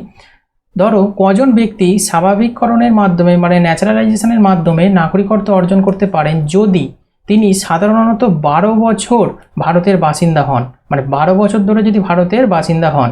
ওকে, মানে এখানে একটা কন্ডিশন দেওয়া রয়েছে, আবেদনের তারিখ 12 মাসের আগে এবং মোট 11 বছর। মানে তোমাকে বলছে তুমি ধরো আজকে আবেদন করবে, ওকে, তুমি এই নিয়ম অনুযায়ী মানে ন্যাচারালাইজেশনের মাধ্যমে তুমি নাগরিকত্ব পেতে চাইছো, তখন আবেদন করতে হবে। তাহলে তুমি ভারতে 12 বছর ধরে কাটিয়েছো সেটা ফুলফিল করতে হবে, মানে তুমি যে ডেটে অ্যাপ্লাই করছো সেই ডেটের আগে মোট 11 বছর তোমাকে কমপ্লিটটা দেখাতে হবে। বোঝা যাচ্ছে বিষয়টা? তারপর তুমি 11 বছর কমপ্লিট হয়ে যাওয়ার পর 12 বছর রানিং চলছে সেইখানে তুমি যে অ্যাপ্লাইটা করতে পারবে। ওকে, বোঝা যাচ্ছে বিষয়টা? তাহলে সেই রকম ব্যক্তি মানে এক কথায় বললে যেটা বুঝবে 12 বছর ভারতে থাকতে হয়, তবে সেই ব্যক্তি প্রাকৃতিকরণ অর্থাৎ ন্যাচারালাইজেশনের মাধ্যমে মানে অটোমেটিক্যালি বলতে পারো, অ্যাকচুয়ালি পরোক্ষভাবে অটোমেটিক্যালি মানে 12 বছর তুমি যদি ভারতে কাটিয়ে দিতে পারো প্রমাণস্বরূপ, তাহলে তুমি একটা সরকারি প্রাকৃতিকরণ মানে ন্যাচারালাইজেশনের মাধ্যমে মানে ন্যাচারালি তুমি একটা কি পেয়ে যাবে, ভারতের নাগরিকত্ব পেয়ে যাবে। ওকে, এই জিনিসটা কিন্তু তোমাদের বুঝতে হবে। এখানে একটা তোমাদের এনবি দিয়েছি, মানে হচ্ছে extra information, most important information তোমাদের আমি দিয়ে রেখেছি। এই আইনে দ্বৈত নাগরিকত্ব বা দ্বৈত নাগরিকত্বের বিধান কিন্তু নেই। মানে এই আইনে বলতে এই 1955 সালের আইনের কথা বলা হচ্ছে। এই এতক্ষণ ধরে আমরা যেগুলো পড়লাম চারটে কন্ডিশনের মাধ্যমে যে ভারতের নাগরিকত্ব অর্জন করা যায়, এটা 1955 সালের আইন অনুযায়ী করা হয়েছে। এই আইনের কথা বলা হচ্ছে। এই আইনে দ্বৈত নাগরিকত্ব মানে ডুয়েল সিটিজেনশিপ, ওকে, তার কিন্তু বিধান নেই। আমাদের ভারত হচ্ছে সিঙ্গেল সিটিজেনশিপ মানে একক নাগরিকত্ব। এটা আমি আগেও বলে এসেছি, আর একবার তোমাদের এই জায়গাটা মনে করিয়ে দিলাম। এটি শুধুমাত্র উপরের বিধানের অধীনে তালিকাভুক্ত ব্যক্তির জন্য নাগরিকত্ব অনুমতি দেয়, যেমন জন্ম, বংশ, নিবন্ধন এবং প্রাকৃতিকরণ। এই চারটের উপর ভিত্তি করেই ভারতের নাগরিকত্ব অর্জন করা যায়, এর বাইরে ভারতের নাগরিকত্ব অর্জন করা যায় না। এই চারটে কন্ডিশন ফুলফিল হলে, যে কন্ডিশনগুলো বললাম এগুলো ফুলফিল করলে তাহলে তোমরা কিন্তু ভারতের নাগরিকত্ব পাবে, নচেত পাবে না। ওকে, তাহলে এটা গেল ভারতের নাগরিকত্ব অর্জন এবং নির্ধারণ। এবার আমরা পড়ব সাংবিধানিক বিধান, অর্থাৎ আমরা প্রথম দিকে যেটা পড়েছিলাম ভারতের নাগরিকত্ব সিটিজেনশিপ কত নম্বর আর্টিকেলে বর্ণনা করা আছে, 5 থেকে 11 নম্বর আর্টিকেল পর্যন্ত বর্ণনা করা আছে, তাই তো আমরা পড়ে এসেছি। এবার এই 5 থেকে 11 নম্বর আর্টিকেলে কী কী লেখা আছে সেগুলো জানাটা খুব দরকার, কারণ এখান থেকে ডাইরেক্ট প্রশ্ন আসে 5 নম্বর আর্টিকেলে কী বলা আছে, বা আর্টিকেলটা তুলে দিয়ে বলে এটা কত নম্বর আর্টিকেলে আছে। তাহলে এইগুলো আমরা সাংবিধানিক বিধানটা একটু জেনে নেব। দেখো প্রথমে আমরা জানবো 5 নম্বর আর্টিকেলটা। 5 নম্বর আর্টিকেলে কি বলছে দেখো, এটি সংবিধানের শুরুতে নাগরিকত্ব প্রদান করে। ভারতে যে সিটিজেনশিপ আছে, নাগরিকত্ব আছে, এইটাই শুধুমাত্র যে প্রদান করা হবে এটা লেখা আছে অনুচ্ছেদ 5-এ। যারা ভারতে বসবাসকারী এবং জন্মগ্রহণ করেছেন তাদের সবাইকে নাগরিকত্ব দেওয়া হয়েছে ন্যাচারালিভাবে, সেটা আমি প্রথম দিকে ডিটেলসে বর্ণনা করে এসেছি। এমনকি যারা আবাসিক ছিলেন কিন্তু ভারতে জন্মগ্রহণ করেননি, মানে অন্য জায়গা থেকে এসে বসবাস করছেন, ভারতে জন্মগ্রহণ করেনি, কিন্তু যাদের বাবা মায়ের মধ্যে কেউ একজন ভারতে জন্মগ্রহণ করেছেন তারা ভারতের নাগরিক হিসেবে বিবেচনা পেয়েছেন, এটা 5 নম্বর আর্টিকেলে বলা ছিল। আর কি, যে কেউ 5 বছরের বেশি সময় ধরে একজন সাধারণ বাসিন্দা ছিলেন, 5 বছরের বেশি সময় ধরে সাধারণ বাসিন্দা ছিলেন, তিনি নাগরিকত্বের জন্য আবেদন করার অধিকার পেয়েছেন। 7 বছর থাকলে তবে সে সেটা ফুলফিল হবে, 5 বছর থাকলে সে অধিকারটা করতে পারবে। এইটা কিন্তু 5 নম্বর আর্টিকেলে বলা হয়েছিল, এই 3টে কন্ডিশন 5 নম্বর আর্টিকেলে 3টে কন্ডিশন বলা আছে, মুখস্থ করে নেবে। চলো পরবর্তী দেখবো 6 নম্বর। 6 নম্বরে কি বলা হয়েছে, এটি পাকিস্তান থেকে ভারতে চলে আসা নির্দিষ্ট ব্যক্তিদের নাগরিকত্ব অধিকার প্রদান করে। মানে 6 নম্বর আর্টিকেলটা অ্যাকচুয়ালি কি বলতো, যারা পাকিস্তান থেকে ভারতে চলে এসেছিল সেই সমস্ত ব্যক্তিদের সিটিজেনশিপ অর্থাৎ নাগরিকত্ব যে অধিকার প্রদান সেটা 6 নম্বর আর্টিকেলে বর্ণনা করা আছে। ওকে, এখানে দেখো কিছু কন্ডিশন আছে। যেহেতু স্বাধীনতার পূর্বে দেশভাগ এবং অভিবাসন হয়েছিল, যে স্বাধীনতা লাভ করেছে ভারত কবে, 1947-এ। আর 1947-এ যেহেতু দেশভাগ হয়নি, দেশভাগ কবে হয়েছিল, অনেক আগেই দেশভাগ হয়ে গিয়েছিল। তাহলে যেহেতু 1947-এর আগেই দেশভাগ হয়েছিল, অভিবাসন হয়েছিল, মানে এক জায়গার মানুষ দেশ যেহেতু ভাগ হচ্ছে তাকে বলা হয়েছিল যে তোমরা কোথায় থাকবে সেটা তোমাদের ডিসিশন অনুযায়ী তোমরা চলে যাও। ওকে, কেউ পাকিস্তানে থাকতে চাইলে পাকিস্তানে যেতে পারো এবং কেউ ভারতে থাকতে চাইলে ভারতে থাকতে পারো। দেশভাগের সময় কথাটা বলা হয়েছিল যে তুমি যেখানে থাকতে চাও এই সময় তোমরা চলে যেতে পারো, কোনো রকম কন্ডিশন থাকবে না, কোনো রকম ব্যারিকেড থাকবে না। কিন্তু এই ব্যারিকেড একবার হয়ে গেলে তখন কিন্তু তোমরা দুটো দেশের মধ্যে আনা দেওয়া করতে পারবে না সহজে, লিগালি প্রসেসিংয়ের মাধ্যম ছাড়া। ওকে, তখন এই যে অভিবাসন জিনিসটা, এই যে অভিবাসন যেটা চলছিল সেটা ভারতের স্বাধীনতা লাভের পূর্বেই হয়েছিল। তাহলে অনুচ্ছেদ 6 অর্থাৎ আর্টিকেল 6-এ বর্ণনা করে যে কেউ 19শে জুলাই 1949-এর আগে ভারতে যদি চলে যায়, ওকে, যদি তার বাবা মা বা দাদা দিদি বলতে তার ঠাকুমা দাদু ওকে মধ্যে কেউ যদি ভারতে জন্মগ্রহণ করে তবে সে স্বয়ংক্রিয়ভাবে ভারতের নাগরিক হয়ে যাবে। মানে 1949-এর 19শে জুলাইয়ের আগে ওকে ভারতে যদি চলে আসে সে, তাহলে কিন্তু তার বাবা মা যদি কেউ বা তার বাবা মা অর্থাৎ তার দাদু বা ঠাকুমা কেউ যদি ভারতে জন্মগ্রহণ করে থাকে তাহলে সে অটোমেটিক্যালি ভারতের নাগরিক প্রাধান্যতা পাবে। বোঝা যাচ্ছে বিষয়টা? এইটা হচ্ছে কন্ডিশন 6 নম্বর আর্টিকেলে এই জিনিসটা বলা আছে। আর কি, কিন্তু যারা এই তারিখের পরে ভারতে আসবে তাদের জন্য তাহলে কি হবে, তাদের কাছে নিজেদের নিবন্ধন করতে হবে, অর্থাৎ রেজিস্ট্রেশন করতে হবে। নিবন্ধন মানে রেজিস্ট্রেশন করতে হবে, তাদেরকে ডিক্লারেশন দিতে হবে, ওকে, নিবন্ধন জমা দিতে হবে ভারতে। তারপর ভারত বুঝে দেখবে কন্ডিশন অনুযায়ী, তাহলে সেটা আর্টিকেল 6-এ বলা ছিল যে তুমি ভারতের নাগরিকত্ব পাবে কিনা, এই দুটো কন্ডিশন। ওকে, তাহলে 6 নম্বর আর্টিকেলটা বোঝা গেল। 7 নম্বর আর্টিকেল, এইগুলো কিন্তু আর্টিকেলের কথা বলছি। ওকে, প্রত্যেকটা আর্টিকেলে কি কি বলা আছে এবার দেখো। 7 নম্বর আর্টিকেলটা, 7 নম্বর আর্টিকেল কি বলছে, পাকিস্তানের নির্দিষ্ট অভিবাসীদের নাগরিকত্বের অধিকার প্রদান করা হয়েছে। মানে পাকিস্তানের নির্দিষ্ট যারা অভিবাসী আছে তাদের নাগরিকত্বের অধিকার প্রদান করা হয়েছে। এখানে কন্ডিশন আছে দেখো, যারা 1947-এর 1 মার্চের পরে পাকিস্তানে চলে গিয়েছিল। ওকে, 1947 সালে দেশ স্বাধীন হয়েছিল, এই 1947-এর 1 মার্চ ওকে এই তারিখের পরে যারা পাকিস্তানে চলে গেল, ইন্ডিয়া থেকে কোথায় চলে যাচ্ছে, পাকিস্তানে যারা চলে যাবে, কিন্তু পরবর্তীতে পুনর্বাসনের অনুমতি নিয়ে ফিরে এসেছিল। ওকে, পরবর্তীতে এরা এককালীন চলে গিয়েছিল 1 মার্চ 1947-এর পরে তারা চলে গেছিল পাকিস্তানে, কিন্তু পরবর্তী সময় আবার দেখা গেছে পুনর্বাসনের অনুমতি নিয়েছে যে আমরা পুনরায় আমরা ইন্ডিয়াতে থাকতে চাই, তারা আবার রিটার্ন করে ঘুরে এসেছে। ওকে, তাহলে তাদের নাগরিকত্বের জালে অন্তর্ভুক্ত করা হয়েছিল, এইটা বলা আছে 7 নম্বর আর্টিকেল। এটা খুব ইম্পর্টেন্ট একটা জায়গা।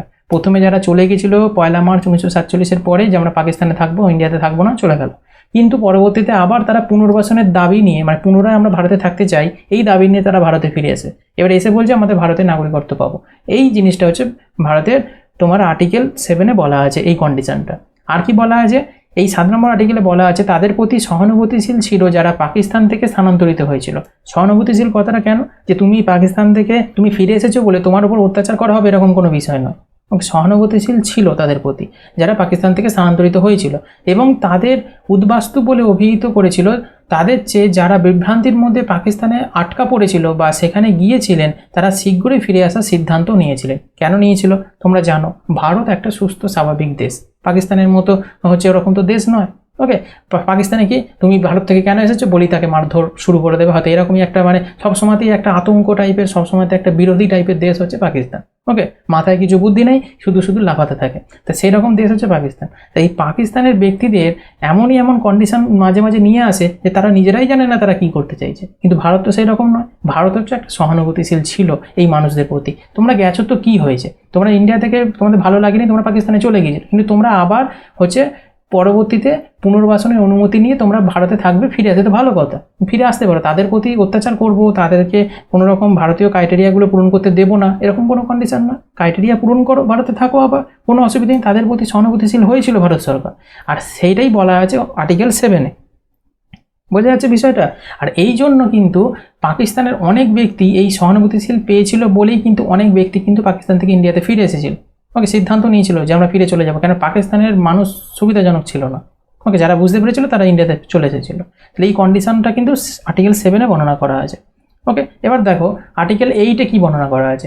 ভারতের বাইরে বসবাসকারী ভারতীয় বংশোদ্ভূত কিছু ব্যক্তির নাগরিকত্বের অধিকার প্রদান করেছে। মানে ভারতের বাইরে বসবাস করে, মানে ভারতের বাইরে যে কোনো জায়গায় সে বসবাস করছে। ওকে, যে কোনো দেশে সে বসবাস করতে পারে। তাহলে ভারতের বাইরে বসবাসকারী ভারতীয় বংশোদ্ভূত, কিন্তু সে জন্মগ্রহণ করেছিল ভারতে, সে পরবর্তীতে কাজের সূত্রে হোক অন্য কোনো কারণে হোক সে হচ্ছে অন্য কোনো দেশে চলে গেছে, তার বাইরে যে রয়েছে কিন্তু জন্মগ্রহণটা তার ভারতে ছিল, এই রকম ব্যক্তির নাগরিকত্বের অধিকার প্রদান করেছে এই 8 নম্বর আর্টিকেল। ওকে, খুব ইম্পর্টেন্ট আর্টিকেল এই 8 নম্বর আর্টিকেলটা। বোঝা গেছে। ভারতের বাইরে বসবাসকারী ভারতীয় বংশোদ্ভূত যে কোনো ব্যক্তি যিনি তার বাবা মা বা তার দাদু ঠাকুমা যাদের মধ্যে কেউ ভারতে জন্মগ্রহণ করেছেন, তিনি নিজেকে ভারতীয় কূটনৈতিক মিশনে ভারতের নাগরিক হিসাবে নিবন্ধন করতে পারেন, এরকম ব্যক্তিকে ভারতের নাগরিকত্ব প্রদান করা হবে। এটা আর্টিকেল 8-এ বলা রয়েছে। ওকে, এবার আর্টিকেল 9-এ কি বলা রয়েছে। যদি কোনো ব্যক্তি স্বেচ্ছায় বিদেশি রাষ্ট্রের নাগরিকত্ব অর্জন করে, স্বেচ্ছায়, ভালো করে ব্যাপারটা বুঝবে, স্বেচ্ছায় বলতে নিজের ইচ্ছায়। ওকে, নিজের ইচ্ছায় বিদেশি রাষ্ট্রের নাগরিকত্ব অর্জন করে, তবে সে আর ভারতের নাগরিক হবে না। এটা আর্টিকেল 9-এ বলা আছে। Very very important. ধরো তুমি ইন্ডিয়ার একজন ব্যক্তি, ওকে, তুমি কি করলে, তোমার স্বেচ্ছাতে ইউএসএ হচ্ছে একটা সিটিজেনশিপ নিয়ে নিলে। তুমি যেই মাত্র হচ্ছে ইউএসএর তোমার সিটিজেনশিপ নেবে, তোমার গ্র্যান্টেড হবে, সেই মাত্র তোমার ভারতের নাগরিকত্ব ক্যান্সেল করে দেওয়া হবে। কেন না, তুমি স্বেচ্ছায় বিদেশি নাগরিকত্ব অর্জন করেছো, আর ভারত হচ্ছে একক নাগরিকত্বের দেশ। তুমি ডুয়েল সিটিজেনশিপ নিয়ে তুমি কি বসে থাকবে নাকি? হবে না ভারতে। কিন্তু ইউএসএতে ডুয়েল সিটিজেনশিপ আছে। ওকে, সেটা আমরা পরবর্তীতে আমরা জানবো। ইউএসএতে ডুয়েল সিটিজেনশিপ আছে, ভারতে হচ্ছে সিঙ্গেল সিটিজেনশিপ। তোমাকে থাকতে গেলে ভারতের নাগরিকত্ব নিয়েই থাকতে হবে, তুমি ডুয়েল সিটিজেনশিপ নিয়ে থাকতে হবে না। এবার এখানে কিছু ব্যতিক্রমী আছে, সেই বিষয়ে আমরা পরবর্তীতে বলবো। বোঝা গেল 9 নম্বর আর্টিকেলটা। চলো পরবর্তী দেখো 10 নম্বর আর্টিকেল কি বলছে। অনুচ্ছেদ 10 মানে 10 নম্বর আর্টিকেল। এটি বলে যে প্রত্যেক ব্যক্তি যিনি এই অংশের পূর্বোক্ত বিধানগুলির অধীনে ভারতের নাগরিক হিসাবে বিবেচিত হয়েছেন বা হবেন, সংসদ কর্তৃক মানে পার্লামেন্ট কর্তৃক প্রণীত যে কোনো আইনের বিধান সাপেক্ষে জাতীয় নাগরিক হিসাবে অব্যাহত থাকবে। মানে এই যে এতগুলো যে কন্ডিশন পড়লাম 9 পর্যন্ত, এই সমস্ত কন্ডিশনগুলো অধীনে ভারতের নাগরিক হিসেবে যদি সে বিবেচিত হয়, তাহলে সে সংসদ কর্তৃক অর্থাৎ পার্লামেন্ট কর্তৃক যে কোনো আইনের বিধানের সাপেক্ষে ভারতের নাগরিক হয়ে যাবে। মানে অ্যাকচুয়ালি বললে নাগরিকদের অধিকার সংক্রান্ত বিষয়, নাগরিকদের যে অধিকার, ওকে, সেই অধিকার সম্পর্কে তো বর্ণনা করা আছে তোমার 10 নম্বরে, এক কথায় মনে রাখবে। ওকে, আর একটা লাস্ট আমরা পড়বো আর্টিকেল হচ্ছে 11 নম্বর। ওকে, 11 নম্বর আর্টিকেলে কি বর্ণনা করা আছে। এটি সংসদকে নাগরিকত্ব অধিগ্রহণ এবং অবসান এবং এর সাথে সম্পর্কিত সমস্ত বিষয়ে যে কোনো বিধান করার ক্ষমতা আছে। মানে সে আইন করতে পারে বা নিয়ম করতে পারে, সেই জিনিসটা কিন্তু পার্লামেন্টকে দেওয়া হয়েছে, সেই অধিকারটা, সেইটা 11 নম্বর আর্টিকেলে বলা হয়েছে। ওকে, মানে কোনো নাগরিকত্ব কেউ অধিগ্রহণ করতে চাইছে বা সেখান থেকে অবসান করতে, মানে সেই নাগরিকত্ব সে পাবে না, তাই সে কোনো কন্ডিশনে সে নাগরিকত্ব হারাতে চলেছে, এই সমস্ত যে অধিগ্রহণ বা হচ্ছে অবসান, এই সম্পর্কিত সমস্ত যে ধারা বিধান, এইগুলো সম্পর্কে বিচার বিবেচনা করবে পার্লামেন্ট। তাই এই সংসদ বা পার্লামেন্ট যে অধিকার দেওয়া হয়েছে সেটা 11 নম্বর আর্টিকেলে বর্ণনা করা আছে। বোঝা গেল বিষয়টা। তাহলে 11টা আর্টিকেল সম্পর্কে আমরা ডিটেলসে বললাম, আশা করি তোমরা পরিষ্কারভাবে বুঝতে পেরেছো আর্টিকেলগুলো। এবং একটু আগে আমরা ভারতের নাগরিকত্ব অর্জন করতে গেলে কী কী কন্ডিশন, 4টে কন্ডিশন আমরা সেটাও পড়ে এসেছি। ওকে, এবার আমরা পড়বো অ্যাডিশনাল ইনফরমেশনের মধ্যে নাগরিকত্ব আইনে 6 বার সংশোধন হয়েছে। মানে নাগরিকত্ব যে আইনটা 1955-তে পাবলিশ হয়েছিল, এই 1955 সালের পর 6 বার হচ্ছে সংশোধিত করা হয়েছে। ওকে, তো এই জিনিসটা কিন্তু জেনে রাখতে হবে, কত কত সালে করা হয়েছে, এখান থেকে প্রশ্ন দেয়। এবং কি এটাও প্রশ্ন দেয় ফার্স্ট হচ্ছে তোমার সংশোধন কবে করা হয়েছে। ফার্স্ট সংশোধন হয়েছিল 1986 সালে। ওকে, ফার্স্ট সংশোধন, কেন 1955 সালে আইনটা পাস হয়েছিল হচ্ছে নাগরিকত্ব আইন, তারপরের ফার্স্ট সংশোধন ছিল হচ্ছে তোমার 1986, সেকেন্ড সংশোধন ছিল 1992, থার্ড সংশোধন ছিল 2003, তারপর হচ্ছে 2005, তারপর 2015, লাস্ট হচ্ছে 2019 সংশোধন হয়েছে। তাহলে নাগরিকত্ব মানে সিটিজেনশিপ কবার সংশোধন হয়েছে? টোটাল 6 বার। ওকে, ফার্স্ট সংশোধন কবে? 1986। এখান থেকে প্রশ্ন ডাইরেক্ট অলরেডি এক্সামে অনেকবার এসেছে। ওকে, তা খুব ইম্পর্টেন্ট কিন্তু এই জায়গাগুলো। এবার আমরা জেনে নেব সংশোধনগুলো সম্পর্কে। আমরা সবগুলো জানার প্রয়োজন নেই, তোমাদের গুরুত্বপূর্ণ যেগুলো এক্সামে প্রশ্ন আসে এক্সাম ওরিয়েন্টেড তোমাদের আমি করিয়ে দিচ্ছি। 1986 সালে সংবিধান সংশোধনীটা খুব ইম্পর্টেন্ট, যেহেতু এটা প্রথম সংবিধান সংশোধনী হয়েছিল তোমার নাগরিকত্বের দিক থেকে, তাই সেই জন্য হচ্ছে এটা ইম্পর্টেন্ট। এবার অনেকে হয়তো এটা কনফিউজ হয়ে যাও না যে 1986 সালে প্রথম সংবিধান সংশোধন হয়েছিল, এই কথাটা কিন্তু ভুল। সংবিধান সংশোধন প্রথম হয়েছিল 1986 সালে, এই কথাটা ভুল। প্রথম সংবিধানের নাগরিকত্ব সংশোধন হয়েছিল 1986 সালে, এই কথাটা ঠিক। ব্যাপারটা ভালো করে বুঝবে। ওকে, যে শুধু বলে দেবে যে 1946 সালে প্রথম সংবিধান সংশোধন হয়েছে, এটা প্রথম সংবিধান সংশোধন বললে আলাদা বিষয়।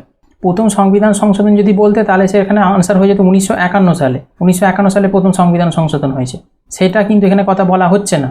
এখানে বলা হচ্ছে যে নাগরিকত্ব অর্থাৎ সিটিজেনশিপকে যে সংশোধন করা হয়েছে সেটা প্রথম কত সালে করা হয়েছিল? 1986 সালে।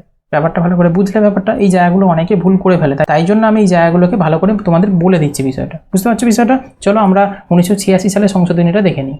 1986 সালে সংশোধনী যেটা হয়েছিল, সংবিধানের বিধান এবং মূল নাগরিকত্ব আইনের বিপরীতে যা ভারতে জন্মগ্রহণকারী প্রত্যেককে জুসসেলি নীতিতে, এই যে একটা নীতি আছে, এই নীতিটার নাম এই জুসসেলি নীতিতে হচ্ছে নাগরিকত্ব দিয়েছিল 1986 সালে যে সংশোধনীটা হয়েছিল। এই জুসসেলি যে নীতিটা, এটা কিন্তু এক্সামের জন্য কিন্তু খুব গুরুত্বপূর্ণ। ওকে, তাহলে এইখানে কন্ডিশনটা তোমাদের বুঝে নিতে হবে যে ব্যাপারটা কি বলতে চাইছে অ্যাকচুয়ালি। সংশোধনের শর্তে যুক্ত করা হয়েছে যে যারা ভারতে 26শে জানুয়ারি 1950 বা তার পরে জন্মগ্রহণ করেছে তাদের 1 জুলাই 1987 আগে ভারতীয় নাগরিক কিন্তু হয়ে যাবে। ওকে, এই কন্ডিশনটা এখানে জোড়া হয়েছিল 1986 সালের সংশোধনীতে, যে 26শে জানুয়ারি 1950 বা তার পরে যারা জন্মগ্রহণ করছে ভারতে, তারা 1 জুলাই 1987 আগেই ভারতের নাগরিক হয়ে যাবে। সে বোঝা যাচ্ছে বিষয়টা? এই কন্ডিশনটা 1986 সালের সংশোধনীতে জোড়া হয়েছিল। ওকে, পরবর্তী কন্ডিশনটা দেখো, 1 জুলাই 1987 পরে এবং 4 ডিসেম্বর 2003 আগে ভারতে নিজের জন্মের পাশাপাশি যারা জন্মগ্রহণ করেছেন তারা শুধুমাত্র তখনই নাগরিকত্ব পেয়ে যাবেন যদি জন্মের সময় তার বাবা মায়ের মধ্যে একজন কেউ ভারতের নাগরিক হয়ে থাকে। ওকে, এই দুটো কন্ডিশন হচ্ছে 1986 সালের সংবিধান সংশোধনীর মাধ্যমে আনা হয়েছিল। প্রথমে কিন্তু ছিল না 1955 সালের আইনে, এটা 1986 সালের আইনে এগুলো জোড়া হয়েছিল, এই কন্ডিশনগুলো জোড়া হয়েছে, তাই এটা 1986 সালের ফার্স্ট সংবিধান সংশোধন বলা হয়ে থাকে। বোঝা যাচ্ছে বিষয়টা? এবার আমরা দেখব 2003 সালের সংশোধনীটা। ওকে, 2003 সালে যে সংশোধনীটা ছিল, সংশোধনীটি বাংলাদেশ থেকে অনুপ্রবেশের কথা মাথায় রেখে কিন্তু এই উপরোক্ত শর্তটি কিন্তু আরোপ করা হয়েছিল এই 2003 সালে। অ্যাকচুয়ালি এটা করা হতো না। 2003 সালে সংশোধনীটা করা হয়েছে এই কারণেই, যারা বাংলাদেশ থেকে অনুপ্রবেশ করেছে ভারতে তাদের কথা মাথায় রেখেই কিন্তু এই সংশোধনীটা আনা হয়েছিল। কি বলা হয়েছিল একটু দেখে নেওয়া যাক। এখানে আইনের প্রয়োজন ছিল যে 4 ডিসেম্বর 2004 বা তার পরে জন্মগ্রহণকারীদের জন্য তাদের নিজের জন্মের সত্যতা ছাড়াও পিতামাতার উভয়কেই ভারতের নাগরিক হতে হবে, বা একজন পিতামাতাকে অবশ্যই ভারতের নাগরিক হতে হবে, এবং অন্যরা অবৈধ অভিসারী হওয়া উচিত নয়। মানে এটা বলতে চাইছে 4 ডিসেম্বর 2004 তারিখ বা তার পরে জন্মগ্রহণকারীদের জন্য তাদের জন্মের সত্যতা যাচাই ছাড়াও কিন্তু তাদের বাবা মাকে ভারতের জন্মগ্রহণ করতে হবে, বা বাবা মায়ের মধ্যে যে কোনো একজনকে ভারতের নাগরিক হতে হবে, তবে সে কিন্তু ভারতের নাগরিকত্ব পাবে। এটা 2003 সালের সংশোধনীর মাধ্যমে আনা হয়েছিল। কেন আনা হয়েছিল না, এটা বাংলাদেশ থেকে প্রচুর পরিমাণে লোক ভারতে কিন্তু প্রবেশ করছিল, অনুপ্রবেশ করে ফেলছিল। ওকে, দিয়ে সেখানে ভারতের নাগরিকত্ব পেয়ে যাচ্ছিল। এরকমভাবে অনেক লোক এসেও এখানে নাগরিকত্ব পেয়েছে, তাই জন্য এই সংশোধনীটা আনা হয়েছিল। ওকে, কাউকে অবৈধ অভিসারী হওয়া উচিত হলে হবে না, মানে অবৈধভাবে তুমি এসে এখানে বসবাস শুরু করে দেবে, ভারতের নাগরিকত্ব সিটিজেনশিপ পেয়ে যাবে, এটা হবে না। ওকে, এটা 2003 সালে সংশোধনীতে আনা হয়েছিল, এটা গুরুত্বপূর্ণ এই জন্য। ওকে, লুসেন্টে এগুলো কোনোটাই নেই, এগুলো তোমাদের এক্সট্রা ইনফরমেশন হিসাবে আমি দিয়ে রাখছি। ওকে, দেখো 2019টা খুব ইম্পর্টেন্ট, দেখে নাও, এর অনেকবার প্রশ্ন কিন্তু রিসেন্ট এক্সামে আসছে। এই সংশোধনীটি 6টি সম্প্রদায়ের সদস্য, 6টি সম্প্রদায় বলতে কি জাতির কথা বলছে, হিন্দু, শিখ, বৌদ্ধ, জৈন, পার্সি আর খ্রিস্টান, এই যে 6টা সম্প্রদায়, এই 6টা সম্প্রদায়ের সদস্য যারা আছে সেটা পাকিস্তান, বাংলাদেশ এবং আফগানিস্তানের যদি কোনো ব্যক্তি 31শে ডিসেম্বর 2014 আগে ভারতে প্রবেশ করে তবে তাদের ভারতে বসবাস চালিয়ে যেতে পারবে, মানে ভারতের নাগরিক সে গ্রহণ করতে পারবে। এইটা 2019-এ বলা হয়েছে সংশোধনীর মাধ্যমে, এটা আগে কিন্তু থাকেনি বিষয়টা, এটা আনা হয়েছে নতুন 2019-এ। তোমরা এটা সকলেই হয়তো জানো এই বিষয়টা, যে 31শে ডিসেম্বর 2014 আগে ভারতে যে যদি প্রবেশ করে থাকে। ওকে, অনেক ব্যক্তি আছে যে এই পাকিস্তান থেকে, বাংলাদেশ থেকে আর আফগানিস্তান থেকে। ওকে, এই তিনটে জায়গা থেকে অনেক ব্যক্তি আছে যারা কিন্তু ভারতে চলে এসেছে, ভারতে এসে রয়েছে।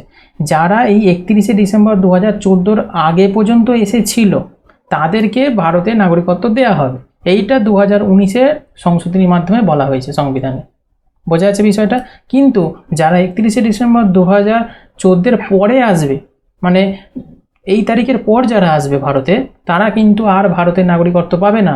তাকে অন্য কন্ডিশন ফুলফিল করতে হবে। যে প্রথম দিকে 4টে কন্ডিশন পড়েছিলাম, সেই 4টে কন্ডিশনের মধ্যে যে কোনো একটা কন্ডিশনকে ফুলফিল করতে হবে, তবে সে পাবে। পাবে না নয়, পাবে, অবশ্যই পাবে। সে কন্ডিশন ফুলফিল করতে হবে, সেই কন্ডিশনগুলো ফুলফিল করলে তবে পাবে। কিন্তু যারা 31শে ডিসেম্বর 2014 আগে পর্যন্ত চলে এসেছে তারা অটোমেটিক্যালি এই তিনটে জায়গা থেকে হতে হবে, পাকিস্তান, বাংলাদেশ এবং আফগানিস্তান, এই তিনটে জায়গা থেকে হলে, এবং তাদের যে 6টা সম্প্রদায়, হিন্দু, শিখ, বৌদ্ধ, জৈন, পার্সি এবং খ্রিস্টান, এই সম্প্রদায়ের মধ্যে হতে হবে, তবে সে অটোমেটিক্যালি ভারতের নাগরিকত্ব পাবে। বোঝা যাচ্ছে? এটা ভেরি ভেরি ইম্পর্টেন্ট। এখান থেকে কিন্তু প্রশ্ন খুবই দেয়, একটা ইম্পর্টেন্ট স্টার মার্ক দিয়ে রাখো। ওকে, এখান থেকে প্রশ্ন খুবই দিচ্ছে এক্সামে। এটি নাগরিকত্বের প্রয়োজনীয়তা 11 বছর থেকে কমিয়ে 5 বছর করা হয়েছিল। এই 2019-এ যে সংশোধনীটা আনা হয়েছিল সেখানে 11 বছর, মানে 12 বছর যদি তুমি থাকো নর্মালিভাবেই তো তোমাকে দিয়ে দেওয়া হয় নাগরিকত্ব, সেটা আমরা পড়ে এসেছি কন্ডিশনে। কিন্তু 11 বছর কমপ্লিট হয়ে গেলে, 11 বছর প্লাস হলেই তোমরা আবেদন করতে পারবে রেজিস্ট্রেশনের জন্য। তাহলে সেই যে 11 বছর থেকে কমিয়ে এটা 5 বছর করে দেওয়া হয়েছে এই বিল অনুযায়ী, 2019-এর সংশোধনী অনুযায়ী। মানে 5 বছর তুমি যদি ভারতে কাটিয়ে দিতে পারো তাহলেই তুমি রেজিস্ট্রেশনের জন্য আবেদন করতে পারো। বোঝা যাচ্ছে বিষয়টা? আর কি না, 2টি বিজ্ঞপ্তি পাসপোর্ট আইন, ওকে, এবং বিদেশি আইন থেকে এই অভিবাসীদের অব্যাহতি দিয়েছে। মানে হচ্ছে 2টি বিজ্ঞপ্তি পাসপোর্ট আইন। ওকে, এখানে একটা আইন ছিল পাসপোর্ট আইন, সেটা, এবং বিদেশি আইন যেটা ছিল সেটা থেকে এই যারা এখানে এসেছে, মানে এই যে ব্যক্তিরা যারা পাকিস্তান, বাংলাদেশ, আফগানিস্তান থেকে ভারতে এসেছিল 31শে ডিসেম্বর 2014 আগে, তাদেরকে এখান থেকে অব্যাহতি দেওয়া হয়েছে। ওকে, তারা এই কন্ডিশনের মধ্যে আওতায় আসবে না। আসামের বিপুল সংখ্যক সংগঠন এই বিলের বিরুদ্ধে প্রতিবাদ করেছিল। ওকে, এই লাইনটা খুব ইম্পর্টেন্ট। এই 2019 সালে যখন এই তোমাদের নাগরিকত্ব অর্থাৎ সিটিজেনশিপ সংশোধনীটা বিলটা পাস করা হয়, সেই সময় আসামের যারা ব্যক্তি ছিল প্রচুর পরিমাণে কিন্তু আন্দোলন করেছিল, প্রতিবাদ জানিয়েছিল। ওকে, কেন জানিয়েছিল? কারণ এটি বাংলাদেশি হিন্দু অবৈধ অভিবাসীদের নাগরিকত্ব প্রদান করতে পারে এই অনুযায়ী। মানে এই যে বাংলাদেশ যেটা ছিল না, এই বাংলাদেশ থেকে প্রচুর পরিমাণে লোক এই 31শে ডিসেম্বর 2014 আগে ভারতে এসেছে, তাদেরকে তাহলে কি করছে? নাগরিকত্ব প্রদান করে দেবে ভারত এই কন্ডিশন অনুযায়ী, বিল অনুযায়ী। তাহলে সেই জন্য আসামের বিপুল সংখ্যক সংগঠন কিন্তু এটার বিরুদ্ধে প্রতিবাদ করেছিল। ওকে, এই লাইনটা থেকেও কিন্তু প্রশ্ন আসে, এবং ইন্টারভিউতেও, এখানে ইউপিএসসির ইন্টারভিউতেও কিন্তু এই জায়গা থেকে প্রশ্ন তুলে ধরা হয়। ওকে, নেক্সট হচ্ছে দেখো, বিলের জন্য দেওয়া ন্যায্যতা হলো যে হিন্দু এবং বৌদ্ধরা বাংলাদেশের সংখ্যালঘু এবং ধর্মীয় নিপীড়ন এড়াতে ভারতে পালিয়েছে। এখানে একটা কথা বলি, বাংলাদেশে মুসলিম সংখ্যাগরিষ্ঠতা বেশি হিন্দুদের থেকে, একদম হিন্দুরা খুবই কম। বাংলাদেশের কথা যদি বলো, সেখানে কিন্তু মুসলিম সম্প্রদায়ের লোক হচ্ছে বেশি থাকে, হিন্দু সম্প্রদায়ের খুবই নগণ্য পরিমাণ লোক থাকে, তাই জন্য তাদেরকে সংখ্যালঘু বলছে। হিন্দু, বৌদ্ধ এরা খুবই কম সংখ্যক লোক বাংলাদেশে আছে, ওখানে মুসলিম সম্প্রদায়টা সবথেকে বেশি। তাই হিন্দু, বৌদ্ধরা বাংলাদেশে কি সংখ্যালঘু, এবং তারা ধর্মীয়ভাবে নিপীড়ন হচ্ছে, মুসলিমদের প্রতি অত্যাচারিত হচ্ছে, এই কথাটা এখানে বিলে পাস করা হয়েছিল। সেই জন্য নাকি তারা বেশি ছুটে পালিয়ে আসতে চাইছে তোমার ভারতে। ওকে, তা কিন্তু মুসলমানরা বাংলাদেশের সংখ্যাগরিষ্ঠ যেহেতু, তাই তাদের সম্পর্কে এই কথা বলা যায় না। মানে তাই তাদের আঁতে ঘা লাগছে বিষয়টা, যে কি না আমরা তাহলে দেশের কাছে একটা লজ্জাজনক পরিস্থিতিতে পড়ে যাচ্ছি যে আমরা সংখ্যাগরিষ্ঠ আছি বলে হিন্দুদের উপর অত্যাচার করছি, এটা সমাজের কাছে একটা খারাপ দিক। তাই এটা কথাটা বললেই তাদের সম্পর্কের প্রতি একটা ঘা লাগে, মুসলমানদের একটা সম্পর্কের প্রতি ঘা লাগে। তাই তারা সংখ্যাগরিষ্ঠ, তাদের সম্পর্কে এই একটা মন্তব্য যে করা যে হিন্দুরা সংখ্যালঘু বলে তারা নিপীড়িত হচ্ছে বাংলাদেশে, তাই তারা ভারতে চলে আসছে, এই কথাটা তাদের সম্পর্কে ঘা লাগছে, মানে মুসলমানদের সম্পর্কে। এই জিনিসটা কিন্তু বিলে বলা হয়েছিল। ওকে, এই জায়গাগুলো কিন্তু তোমাদের জেনে রাখতে হবে। বোঝা গেল তাহলে? এবার দেখো, আইন অনুযায়ী 3 ভাবে নাগরিকত্ব বাতিল সম্ভব। এতক্ষণ ধরে আমরা পড়লাম আর্টিকেলগুলো, তার আগে কন্ডিশনে পড়েছি যে কীভাবে নাগরিকত্ব পাওয়া যায় সেই কন্ডিশনগুলো, এবং নাগরিকত্ব সংশোধনীটা পড়লাম। এবার পড়বো আমরা নাগরিকত্ব যেটা রয়েছে সেগুলোকে বাতিলও তো হতে পারে, সিটিজেনশিপ তো ক্যান্সেলও হতে পারে। সেই সিটিজেনশিপ ক্যান্সেল মানে বাতিল হওয়া সম্ভব কোন কোন বিষয়ের ওপর, সেগুলো জানতে হবে। 3টে কন্ডিশনের মাধ্যমে নাগরিকত্ব বাতিল হতে পারে: ত্যাগ, অবসান আর বঞ্চনা। আমরা আসবো একটা একটা করে।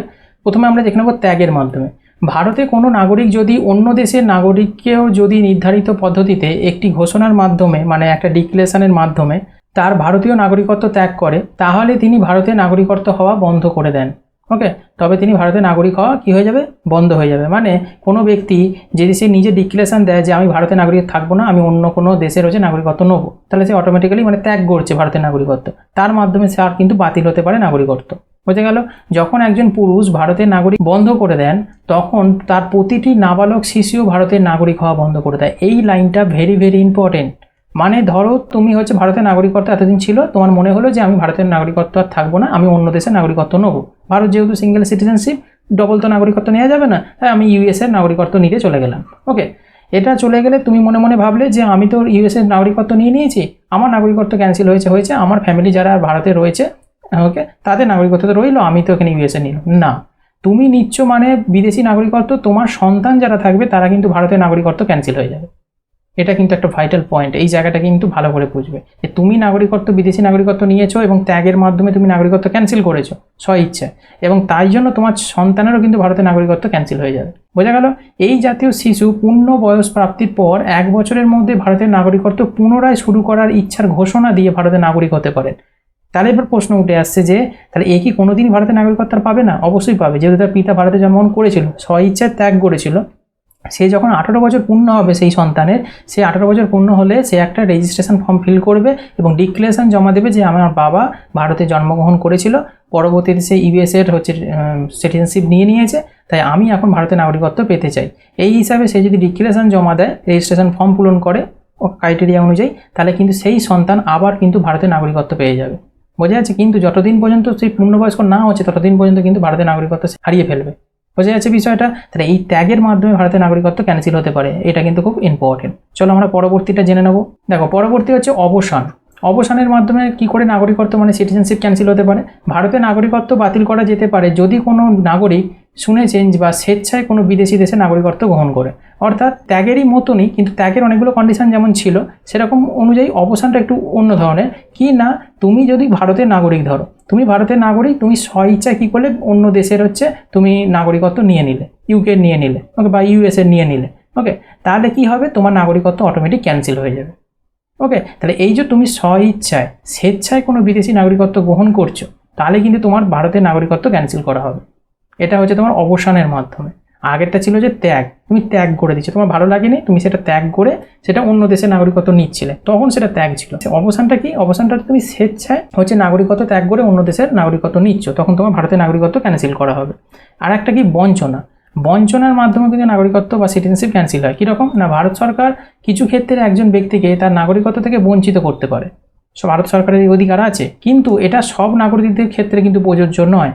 এটা শুধুমাত্র সেই সব নাগরিকদের ক্ষেত্রেই প্রযোজ্য যারা নিবন্ধন, স্বাভাবিকীকরণ বা শুধুমাত্র ধারা 5(c) দ্বারা অন্তর্ভুক্ত হয়েছে, নাগরিকত্ব অর্জন করেছে, তাদের জন্যই এটা শুধুমাত্র প্রযোজ্য। তুমি যদি এই নিবন্ধন বা স্বাভাবিকীকরণ বলতে হচ্ছে তোমার ন্যাচারালাইজেশন, অর্থাৎ যেটা প্রকৃতিকরণ যেটাকে বলা হয়, বা নিবন্ধন বলতে রেজিস্ট্রেশন, ওকে, বা ধারা 5 মাধ্যমে যারা ভারতের নাগরিকত্ব অর্জন করেছে তাদের ক্ষেত্রে কিন্তু এটা প্রযোজ্য। ওকে, সবার ক্ষেত্রে কিন্তু এটা প্রযোজ্য নয় যে ভারত সরকার ইচ্ছা করলেই বঞ্চিত করে দিতে পারে নাগরিকত্ব থেকে, না। শুধুমাত্র যারা রেজিস্ট্রেশনের মাধ্যমে বা হচ্ছে তোমার ন্যাচারালাইজেশনের মাধ্যমে বা ধারা 5(c) এর অধীনে যারা ভারতের নাগরিকত্ব অর্জন করেছে তাদের ক্ষেত্রে এটা কিন্তু বঞ্চিত করতে পারে ভারত সরকার। আদার্সওয়াইজ যে কন্ডিশনগুলো আছে ওই কন্ডিশনে তো সে যদি কোনো ব্যক্তি যদি ভারতের নাগরিকত্ব অর্জন করে, তাহলে তার হচ্ছে ভারতের নাগরিকত্ব থেকে বঞ্চিত করার অধিকার ভারত সরকারের নেই। বোঝা যাচ্ছে বিষয়টা? এই জায়গাগুলো তোমাদের কিন্তু জানাটা দরকার। এবার আর একটা মোস্ট ইম্পর্টেন্ট জিনিস যেটা এক্সামে খুবই প্রশ্ন দেয়, এনআরসি। তোমরা শুনেছো, এনআরসির পুরো ফর্ম হচ্ছে ন্যাশনাল রেজিস্ট্রেশন অফ সিটিজেন। ওকে, এই ন্যাশনাল রেজিস্ট্রেশন অফ সিটিজেনটা কিন্তু খুব ইম্পর্টেন্ট, এক্সামে এখান থেকে কিন্তু প্রশ্ন দেয় শর্টে, যেটাকে বলা হয় এনআরসি। দেখো, এখানে একটু ইনফরমেশন আমরা জানবো। 1951 একটা রেজিস্টার এই এনআরসি। 1951 সালের আদমশুমারি পরিচালনার পরে প্রতিটি গ্রামের ক্ষেত্রে তৈরি করা হয়েছিল এনআরসি, যেখানে অবস্থানকারী ব্যক্তিদের সংখ্যা এবং নাম হচ্ছে তোমার নথিভুক্ত করা হয়েছিল। এটা একমাত্র 1951 সালেই করা হয়েছিল, ওই জন্য এটাকে বলা হয় 1951 register. Okay, national register of citizen যেটা এনআরসি, এটা একমাত্র 1951 সালে একবারই করা হয়েছে। সেই সময়তে লোকেদের নাম এবং কতজন সংখ্যা, সেটা 1951 সালের যে আদমশুমারি হয়েছিল সেই পরিচালনার পর কিন্তু এই গ্রামের প্রতিটা লোকের কতজন লোক আছে পরিবারে, তাদের সংখ্যা, তাদের নাম, এগুলো নথিভুক্ত করা হয়েছিল। সেটাকেই বলা হয়ে থাকে তোমাদের এনআরসি। 1951 সালে এনআরসি শুধুমাত্র একবারই প্রকাশিত হয়েছে, এই লাইনটা তুলেও প্রশ্ন দেয় তোমাদের। এই 1951 সালের এনআরসি এবং 1971 সালের যে ভোটার তালিকা যে প্রকাশ হয়েছিল, মানে 1951 সালে এনআরসি প্রকাশ হয়েছিল আর 1971 সালে যে ভোটার তালিকা প্রকাশ হয়েছিল 24শে মার্চ 1971 সালের মধ্যরাত পর্যন্ত, একসাথে এটাকে বলা হয় লিগাসি ডেটা। এখান থেকে প্রশ্ন দেয় লিগাসি ডেটা কাকে বলা হয়। 1951 সালে যে এনআরসি যেটা প্রকাশ হয়েছিল এবং 1971 সালে যে ভোটার তালিকা প্রকাশ হয়েছিল, এই দুটোকে মিলিয়ে একসাথে বলা হয় লিগাসি ডেটা। বোঝা যাচ্ছে বিষয়টা? এটা খুব ইম্পর্টেন্ট। আর এই এনআরসি নথিতে যাদের নাম এসেছে তারা এবং তাদের বংশধরদের ভারতীয় নাগরিক হিসাবে প্রত্যায়িত করা হয়েছে। অর্থাৎ এনআরসি খুব গুরুত্বপূর্ণ। এনআরসিতে যাদের নাম এসেছে তারা এবং তাদের বংশধররা ভারতীয় নাগরিক হিসাবে গ্রহণ হয়েছে। বোঝা যাচ্ছে? এতে যারা গ্রহণ হয়নি, মানে এনআরসির তরফে যাদের নাম ছিল না, তারা কিন্তু ভারতে নর্মালিভাবে ভারতের নাগরিকত্ব মানে সিটিজেনশিপ পাবে না। এটা কিন্তু তোমার এনআরসির তরফ থেকে হয়েছিল 1951 সালে। বুঝলে? এর পরবর্তীতে 1955 সালে গিয়ে তোমার নাগরিকত্ব আইন হচ্ছে পাস হয়, সেখানে এবার বিভিন্ন রকম কন্ডিশন রাখা হয়েছিল। বোঝা যাচ্ছে বিষয়টা? 1951 সালে যে কন্ডিশনটা ছিল সেটা এই কন্ডিশনই ছিল যে এই সময়ের এই যে নথিগুলোকে নাম তোলা হয়েছিল বাড়ি বাড়ি গিয়ে, সেখানে যে ডেটাগুলো সংগ্রহ করা হয়েছিল সেই ডেটাতে যারা আছে তারা সকলেই ভারতের নাগরিক হবে। এটা কিন্তু এনআরসির মাধ্যমে বলা হয়েছিল। 1955 সালের আইনে গিয়ে যখন নাগরিকত্ব বিল আইন পাস হলো তখন এবার আরও কন্ডিশন কিন্তু জুড়ে দেওয়া হয়েছিল। ওকে, তার পরবর্তীতে আবার সংশোধন হয়েছে, সেখানে আরও কন্ডিশন জোড়া হয়েছে। বোঝা যাচ্ছে বিষয়টা? চলো, এনআরসি কিন্তু খুব ইম্পর্টেন্ট। এবার আসছি এক্সট্রা ইনফরমেশানে ভারতের বিদেশি নাগরিকত্ব, বা যেটাকে আমরা ইংলিশে বলে থাকি ওভারসিজ সিটিজেন অফ ইন্ডিয়া, যেটাকে সকলেই নাম শুনেছো ওসিআই। এখান থেকে এক্সামে প্রশ্ন আসে ওসিআই কার্ডটা কি বা ওসিআই কি। ওসিআই হচ্ছে overseas citizen of India, Bangla যেটাকে বললে বুঝবে ভারতের বিদেশি নাগরিকত্ব।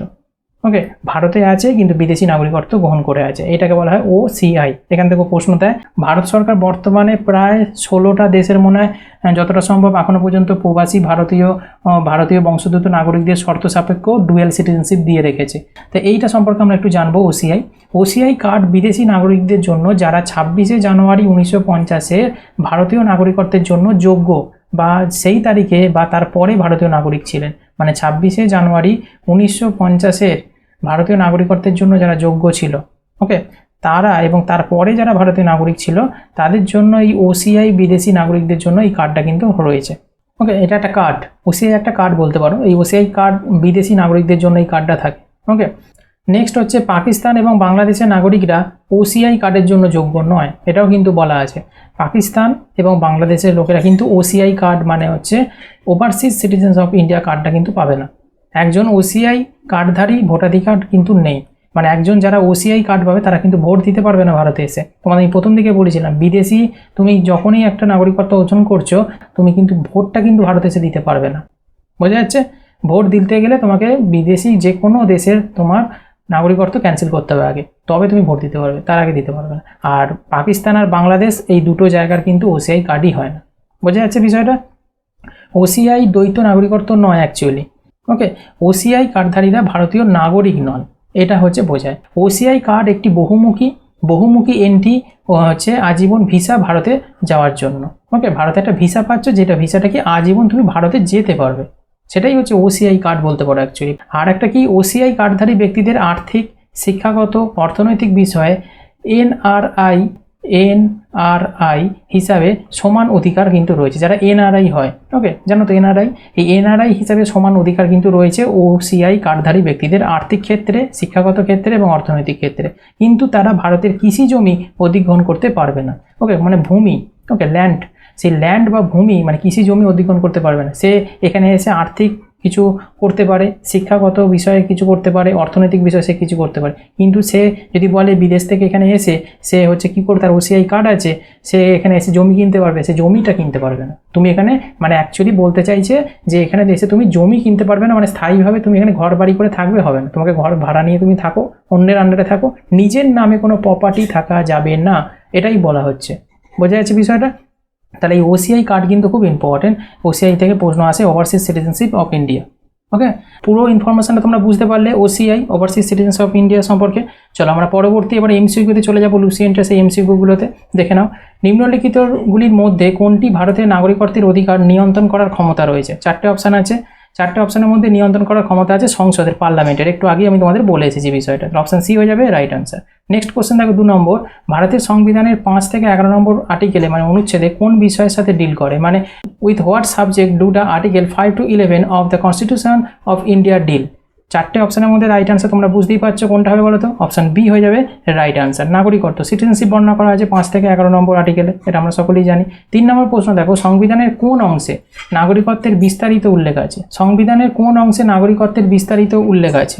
এটা হবে হচ্ছে 2 নম্বর পার্টে। প্রথমে আমি শুরুতেই বলেছিলাম পার্ট 2 এ হচ্ছে তোমার বর্ণনা করা আছে নাগরিকত্ব সিটিজেনশিপ সম্পর্কে। ওকে, চলো পরবর্তী প্রশ্ন দেখো 4 নম্বর, নিচের কোন শর্তে ভারতের নাগরিকত্ব প্রদান করা হয়? 3টে কন্ডিশন দিয়েছে, এর মধ্যে কোডগুলো ব্যবহার করে আনসার করতে হবে কোনটা সঠিক। তাহলে কোন শর্তে ভারতের নাগরিকত্ব প্রদান করা হয়? অপশান ডি হয়ে যাবে রাইট আনসার। হয় 1, হয় 2, নয় 3। মানে এই 3টে কন্ডিশনই তোমার যে কোনো একটা ফুলফিল করতে হবে। একজনের জন্ম ভারতে হওয়া উচিত, one should be born in India, মানে বাবা মায়ের মধ্যে যে কোনো একজনকে ভারতে জন্মগ্রহণ করতে হবে। হয় এটা কন্ডিশন ফুলফিল করো, নালে যার বাবা মা ভারতে জন্মগ্রহণ করেছে, অর্থাৎ বাবা মা দুজনেই হচ্ছে ভারতে জন্মগ্রহণ করেছে, হয় এই কন্ডিশনটা ফুলফিল করতে হবে, নচেত যিনি 5 বছরের কম সময় ধরে ভারতের সাধারণ বাসিন্দা আছেন। ওকে, আগে 12 বছর ছিল, সেটা কমিয়ে 5 বছরের করে দিয়েছে। 5 বছরের পরে তুমি অ্যাপ্লাই করতে পারবে রেজিস্ট্রেশনের মাধ্যমে। তাহলে যিনি 5 বছরের কম সময় ধরে ভারতে সাধারণ বাসিন্দা আছেন, সেও কিন্তু হচ্ছে তোমার ভারতের নাগরিকত্ব প্রদান করতে পারে। এই 3টে কন্ডিশনই হচ্ছে তোমার নাগরিকত্ব দেয়, তার মধ্যে যে কোনো একটা কন্ডিশনই ফুলফিল করলেই তোমাদের এটা নাগরিকত্ব পেয়ে যাবে। তাই জন্য অপশন ডি হয়ে যাবে রাইট আনসার। ওই জন্য বলা আছে আইদার 1 or 2 or 3, মানে হচ্ছে হয় 1, হয় 2, নয় 3, যে কোনো একটা। চলো পরবর্তী, 16 সংখ্যার অনন্য শনাক্তকরণ নম্বরের ব্র্যান্ড নম্বরটি দেশের প্রত্যেকটি ব্যক্তির জন্য বরাদ্দ করা হবে, সেটা কোন নাম্বার? আধার, পেহচান, আবহার নাকি মাধ্যম? রাইট আনসার তোমরা সকলেই জানো, এটা হচ্ছে আধার নাম্বার। ওকে, এটা 16 ডিজিটের একটা নাম্বার হয়, যেটা শনাক্তকরণ একটা ব্র্যান্ড নাম্বার একটা বলতে পারো ভারতে। এটা হচ্ছে UIDAI, যেখানে আধার কার্ড তৈরি হয়, এটা স্থাপন হয়েছিল ভারতে হচ্ছে 28শে জানুয়ারি 2009, এটা জেনে রাখবে। আর প্রথম আধার কার্ড জারি করা হয়েছিল কবে? 29শে সেপ্টেম্বর 2010-এ। এই দুটো জায়গা থেকে অনেকে কনফিউজ হয়। প্রশ্ন যদি আসে আধার কার্ড প্রথম জারি করা হয় কত সালে? 2010 সালে। অপশানে দুটোই থাকবে তোমার। ওকে, তাই জন্য কিন্তু 2010 সাল 29শে সেপ্টেম্বর হচ্ছে প্রথম জারি করা হয়েছিল, প্রথম আধার কার্ড জারি করা হয়েছিল। আর UIDAI প্রতিষ্ঠা হয়েছিল 28শে জানুয়ারি 2009। ভালো করে বুঝবে, আগে তো তোমার প্রতিষ্ঠানটা প্রতিষ্ঠা হবে যেখানে তৈরি হবে সংস্থাটা আধার কার্ডে, সেটা প্রতিষ্ঠা হয়েছে আগে 2009 28শে জানুয়ারি। তারপর তো তোমার প্রথম হচ্ছে লাগু করা হয়েছে 2010 সালে 29শে সেপ্টেম্বর। এটা বুঝলে। আর একটা প্রশ্ন এসে থাকে, ভারতে প্রথম কোথায় হচ্ছে তোমার আধার কার্ড করা হয়েছিল? এটা হচ্ছে মহারাষ্ট্র রাজ্যের নুন্দরবার জেলার একটি গ্রাম আছে, যেখানে 29শে সেপ্টেম্বর 2010-এ হচ্ছে আধার প্রকল্প চালু করা হয়েছিল প্রথম। কোন ব্যক্তিকে প্রথম আধার কার্ড দেওয়া হয়েছিল? রঞ্জনা সোনাওয়াল। এনা হচ্ছে প্রথম ফার্স্ট আধার কার্ড হচ্ছে রেজিস্ট্রেশন করা হয়েছে রঞ্জনা সোনাওয়ালে। এখান থেকে কিন্তু প্রশ্ন দেয় স্ট্যাটিকে। ওকে, এক্সামে প্রশ্ন এসেওছে অলরেডি, TCS যে কোশ্চেনগুলো করাচ্ছে। আধার একটি প্রোগ্রাম, যেটা 4টে অপশনের মধ্যে কোনটা সঠিক? আধার হচ্ছে তোমার একটা ভারতীয় বাসিন্দাদের পরিচয় প্রদান করে একটা। ওকে, এখন এটা মেন হচ্ছে ক্রাইটেরিয়া পরিচয় প্রদানের আধার হয়ে গেছে ভারতে, তোমরা সকলেই জানো। তাহলে অপশান ডি হয়ে যাবে রাইট আনসার। এগুলো কিন্তু প্রিভিয়াস ইয়ারে অলরেডি প্রশ্নগুলি এসেছে। 7 নম্বর প্রশ্ন দেখো, কোন দেশ দ্বৈত নাগরিকত্ব নীতি গ্রহণ করে? তাহলে দ্বৈত নাগরিকত্ব নীতি গ্রহণ করে, এটা হচ্ছে USA। এটা তোমাদের পড়াতে অনেকবারই তোমাদের আমি বলে দিলাম বিষয়টা। ভারত হচ্ছে সিঙ্গেল সিটিজেনশিপ, একক নাগরিকত্ব। এবারে এক্সট্রা কিছু কোশ্চেন আমি দিয়ে রেখেছি ভালো করে, এটা লুসিয়েন্টে নেই, এক্সট্রা কোশ্চেন এগুলো ইম্পর্টেন্ট, প্রশ্ন আসে বলে দিয়ে রেখেছি। দিল্লির উচ্চ আদালত সম্প্রতি তিব্বতীদের যারা এখানে ড্যাশ সালের মধ্যে জন্মগ্রহণ করেছেন তাদের ভারতের নাগরিকত্ব প্রদান করে। মানে দিল্লির উচ্চ আদালত সম্প্রতি একটা দিয়েছে যে তিব্বতীরা যারা আছে তারা কত সালের মধ্যে ভারতে জন্মগ্রহণ করেছে তাদের নাগরিকত্ব প্রদান করা হবে। এটা 26শে জানুয়ারি 1950 থেকে 1 জুলাই 1987-র মধ্যে যারা জন্মগ্রহণ করেছে তিব্বতীরা, তাদের ভারতের নাগরিকত্ব দেওয়া হবে। এটা ইম্পর্টেন্ট। এবার দেখো, দিল্লির উচ্চ আদালত রায় দিয়েছে যে 26শে জানুয়ারি 1950 থেকে 1 জুলাই 1987-র মধ্যে ভারতের মাটিতে জন্ম নেওয়া তিব্বতীরা ভারতের নাগরিক। ওকে, এই রায়টি ভারতে জন্মগ্রহণকারী 3 জন তিব্বতীকে দেওয়া হয়েছিল। চলো পরবর্তী প্রশ্নে আমরা চলে যাব। ভারতের নাগরিকত্ব আইন ভারতের বিদেশি নাগরিক এর বিভাগে ড্যাশ সালে সংশোধনীর মাধ্যমে প্রবেশ করেছে। মানে এটা ভালো করে বুঝবে, ভারতের যে সিটিজেনশিপ আছে ভারতের নাগরিকত্ব আইন, সেটা পাস হয়েছিল 1955-তে আমরা জানি। তাহলে ভারতের নাগরিকত্ব আইনে ভারতীয় বিদেশি নাগরিক মানে যে বিভাগটা আছে সেটা কত সালে সংশোধনীর মাধ্যমে প্রকাশ হয়েছে? তাহলে এটা দেখো 2005 সালে সংশোধনীর মাধ্যমে ভারতে প্রকাশ করা হয়েছে। এটা কিন্তু আগে ছিল না, এটা 2005 সালে যে সংশোধনীটা হয়েছিল সেখানেই ভারতের বিদেশি নাগরিকদের কথা তুলে ধরা হয়েছিল। এখান থেকে প্রশ্ন অলরেডি এক্সামে এসেছে। ভারতের বিদেশি নাগরিকত্ব হলো একটি অভিবাসন ব্যবস্থা। নাগরিককে অনির্দিষ্টকালের জন্য ভারতের প্রজাতন্ত্রে বসবাস কাজ করার অনুমতি দেয়, অনির্দিষ্টকালের জন্য। মানে তুমি স্থায়ীভাবে বসবাস করতে পারবে না। ভারতের বিদেশি নাগরিকত্ব এরকমই, তুমি এসে এখানে ঘর ভাড়া নিয়ে থাকো কিছুদিন, তুমি কাজ টাজ করো, ঠিক আছে, স্থায়ীভাবে জমি কিনে তুমি এখানে থাকতে পারবে না। Overseas citizens of India OCI একটু আগে পড়িয়ে এলাম। এটা যা ভারতের বিদেশি নাগরিকত্ব স্কিমটি আগস্ট 2005 সালে নাগরিকত্ব আইন 1955 সংশোধন করে চালু করা হয়েছিল। মানে 1905 সালের আইনে কিন্তু তোমার এটা সংশোধন করা হয়েছিল এই বিষয়টা, যে বিদেশি নাগরিক আইনটাকে আনা হয়েছিল OCI-কে। বোঝা যাচ্ছে? OCI-এর বাংলা হচ্ছে তোমার বিদেশি নাগরিকত্ব আইন। ওকে, ভারতের সংবিধান ভারতীয় নাগরিকত্বের দ্বৈত নাগরিকত্ব পেতে বাধা দেয়। ভারত যেহেতু সিঙ্গেল সিটিজেনশিপ, কেন দ্বৈত নাগরিকত্ব দেবে? ডুয়েল সিটিজেনশিপ কেন দেবে? দ্বৈত নাগরিকত্ব পেতে বাধা দেবে ভারত সবসময়তেই। ওকে, যেমন ভারতীয় আইন অনুসারে OCI এর প্রকৃত ভারতীয় নাগরিকত্ব নয়। ওকে, OCI কার্ড যাদের আছে তারা কিন্তু ভারতের প্রকৃত নাগরিকত্ব নয়, ভারতের নাগরিকত্ব তারা পেয়েছে, তারা বিদেশি নাগরিক। তারা হচ্ছে OCI কার্ড যাদের কাছে আছে তারা ভিসাটা পেয়েছে লাইফ টাইমের জন্য ভারতে প্রবেশ করার। তারা কিন্তু ভারতের নাগরিক নয়, ভারতের সিটিজেনশিপ নয়, এটা মাথায় রাখবে। কারণ তাদের অন্যান্য সীমাবদ্ধতা কিন্তু রয়েছে, যেমন হচ্ছে ভোট দেওয়ার স্বাধীনতা নেই, সাংবিধানিক পদে অধিকার নেই, সরকারি চাকরি করতে পারবে না, কোনো কৃষি জমি কিনতে পারবে না, ল্যান্ড কিনতে পারবে না। এই জায়গাগুলো কিন্তু তারা করতে পারবে না যাদের OCI কার্ড আছে। তারা ভারতে ভিসাটা তারা লাইফ টাইমের জন্য পেয়েছে, ভারতে যখন খুশি সে আসতে পারবে, লাইফ টাইমে থাকতে পারবে, ঘুরতে পারবে, আবার চলে যাবে। বোঝা যাচ্ছে বিষয়টা? পরবর্তী প্রশ্ন একটা ইম্পর্টেন্ট, এটা প্রশ্নটা আসে, কোন ধারা অনুযায়ী ভারতের সংসদকে আইন দ্বারা নাগরিকত্বের অধিকার নিয়ন্ত্রণ করার অধিকার দিয়েছে?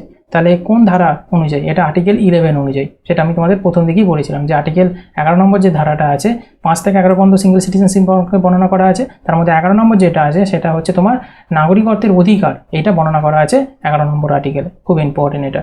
আর আর্টিকেল 6-এ কী আছে, 7-এ কী আছে, 8-এ, 9-এ, 10-এ, এগুলো আমি প্রত্যেকটা বর্ণনা করে দিয়েছি অলরেডি। ওকে, এবার দেখো পরবর্তী, ভারতে একক নাগরিকত্বের নীতি কোথা থেকে গৃহীত হয়েছে? তাহলে একক নাগরিকত্ব বলতে কি? Single citizenship. এটা কোথা থেকে হচ্ছে অ্যাডাপ্টেড করা হয়েছে? এটা ইংল্যান্ড থেকে। ওকে, তাহলে অপশান হয়ে যাবে 1 কারেক্ট আনসার। ওকে, এটা খুব ইম্পর্টেন্ট। ভারতের সংবিধান দেশকে জনগণকে একক নাগরিকত্ব সিঙ্গেল সিটিজেনশিপ প্রদান করে।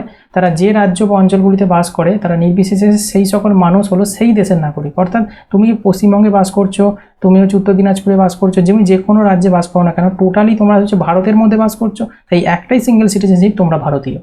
এই জিনিসটা কিন্তু ভারত বলে, কারণ ভারত হলো এর রাজ্যগুলির একটা সংঘ, মানে ইউনিয়ন। তোমরা আমি ইউনিয়ন পড়ানোর সময় বলেছিলাম, ভারত হলো এই রাজ্যগুলির একটা ইউনিয়ন, এবং এটি কোনো যুক্ত রাজ্য নয়।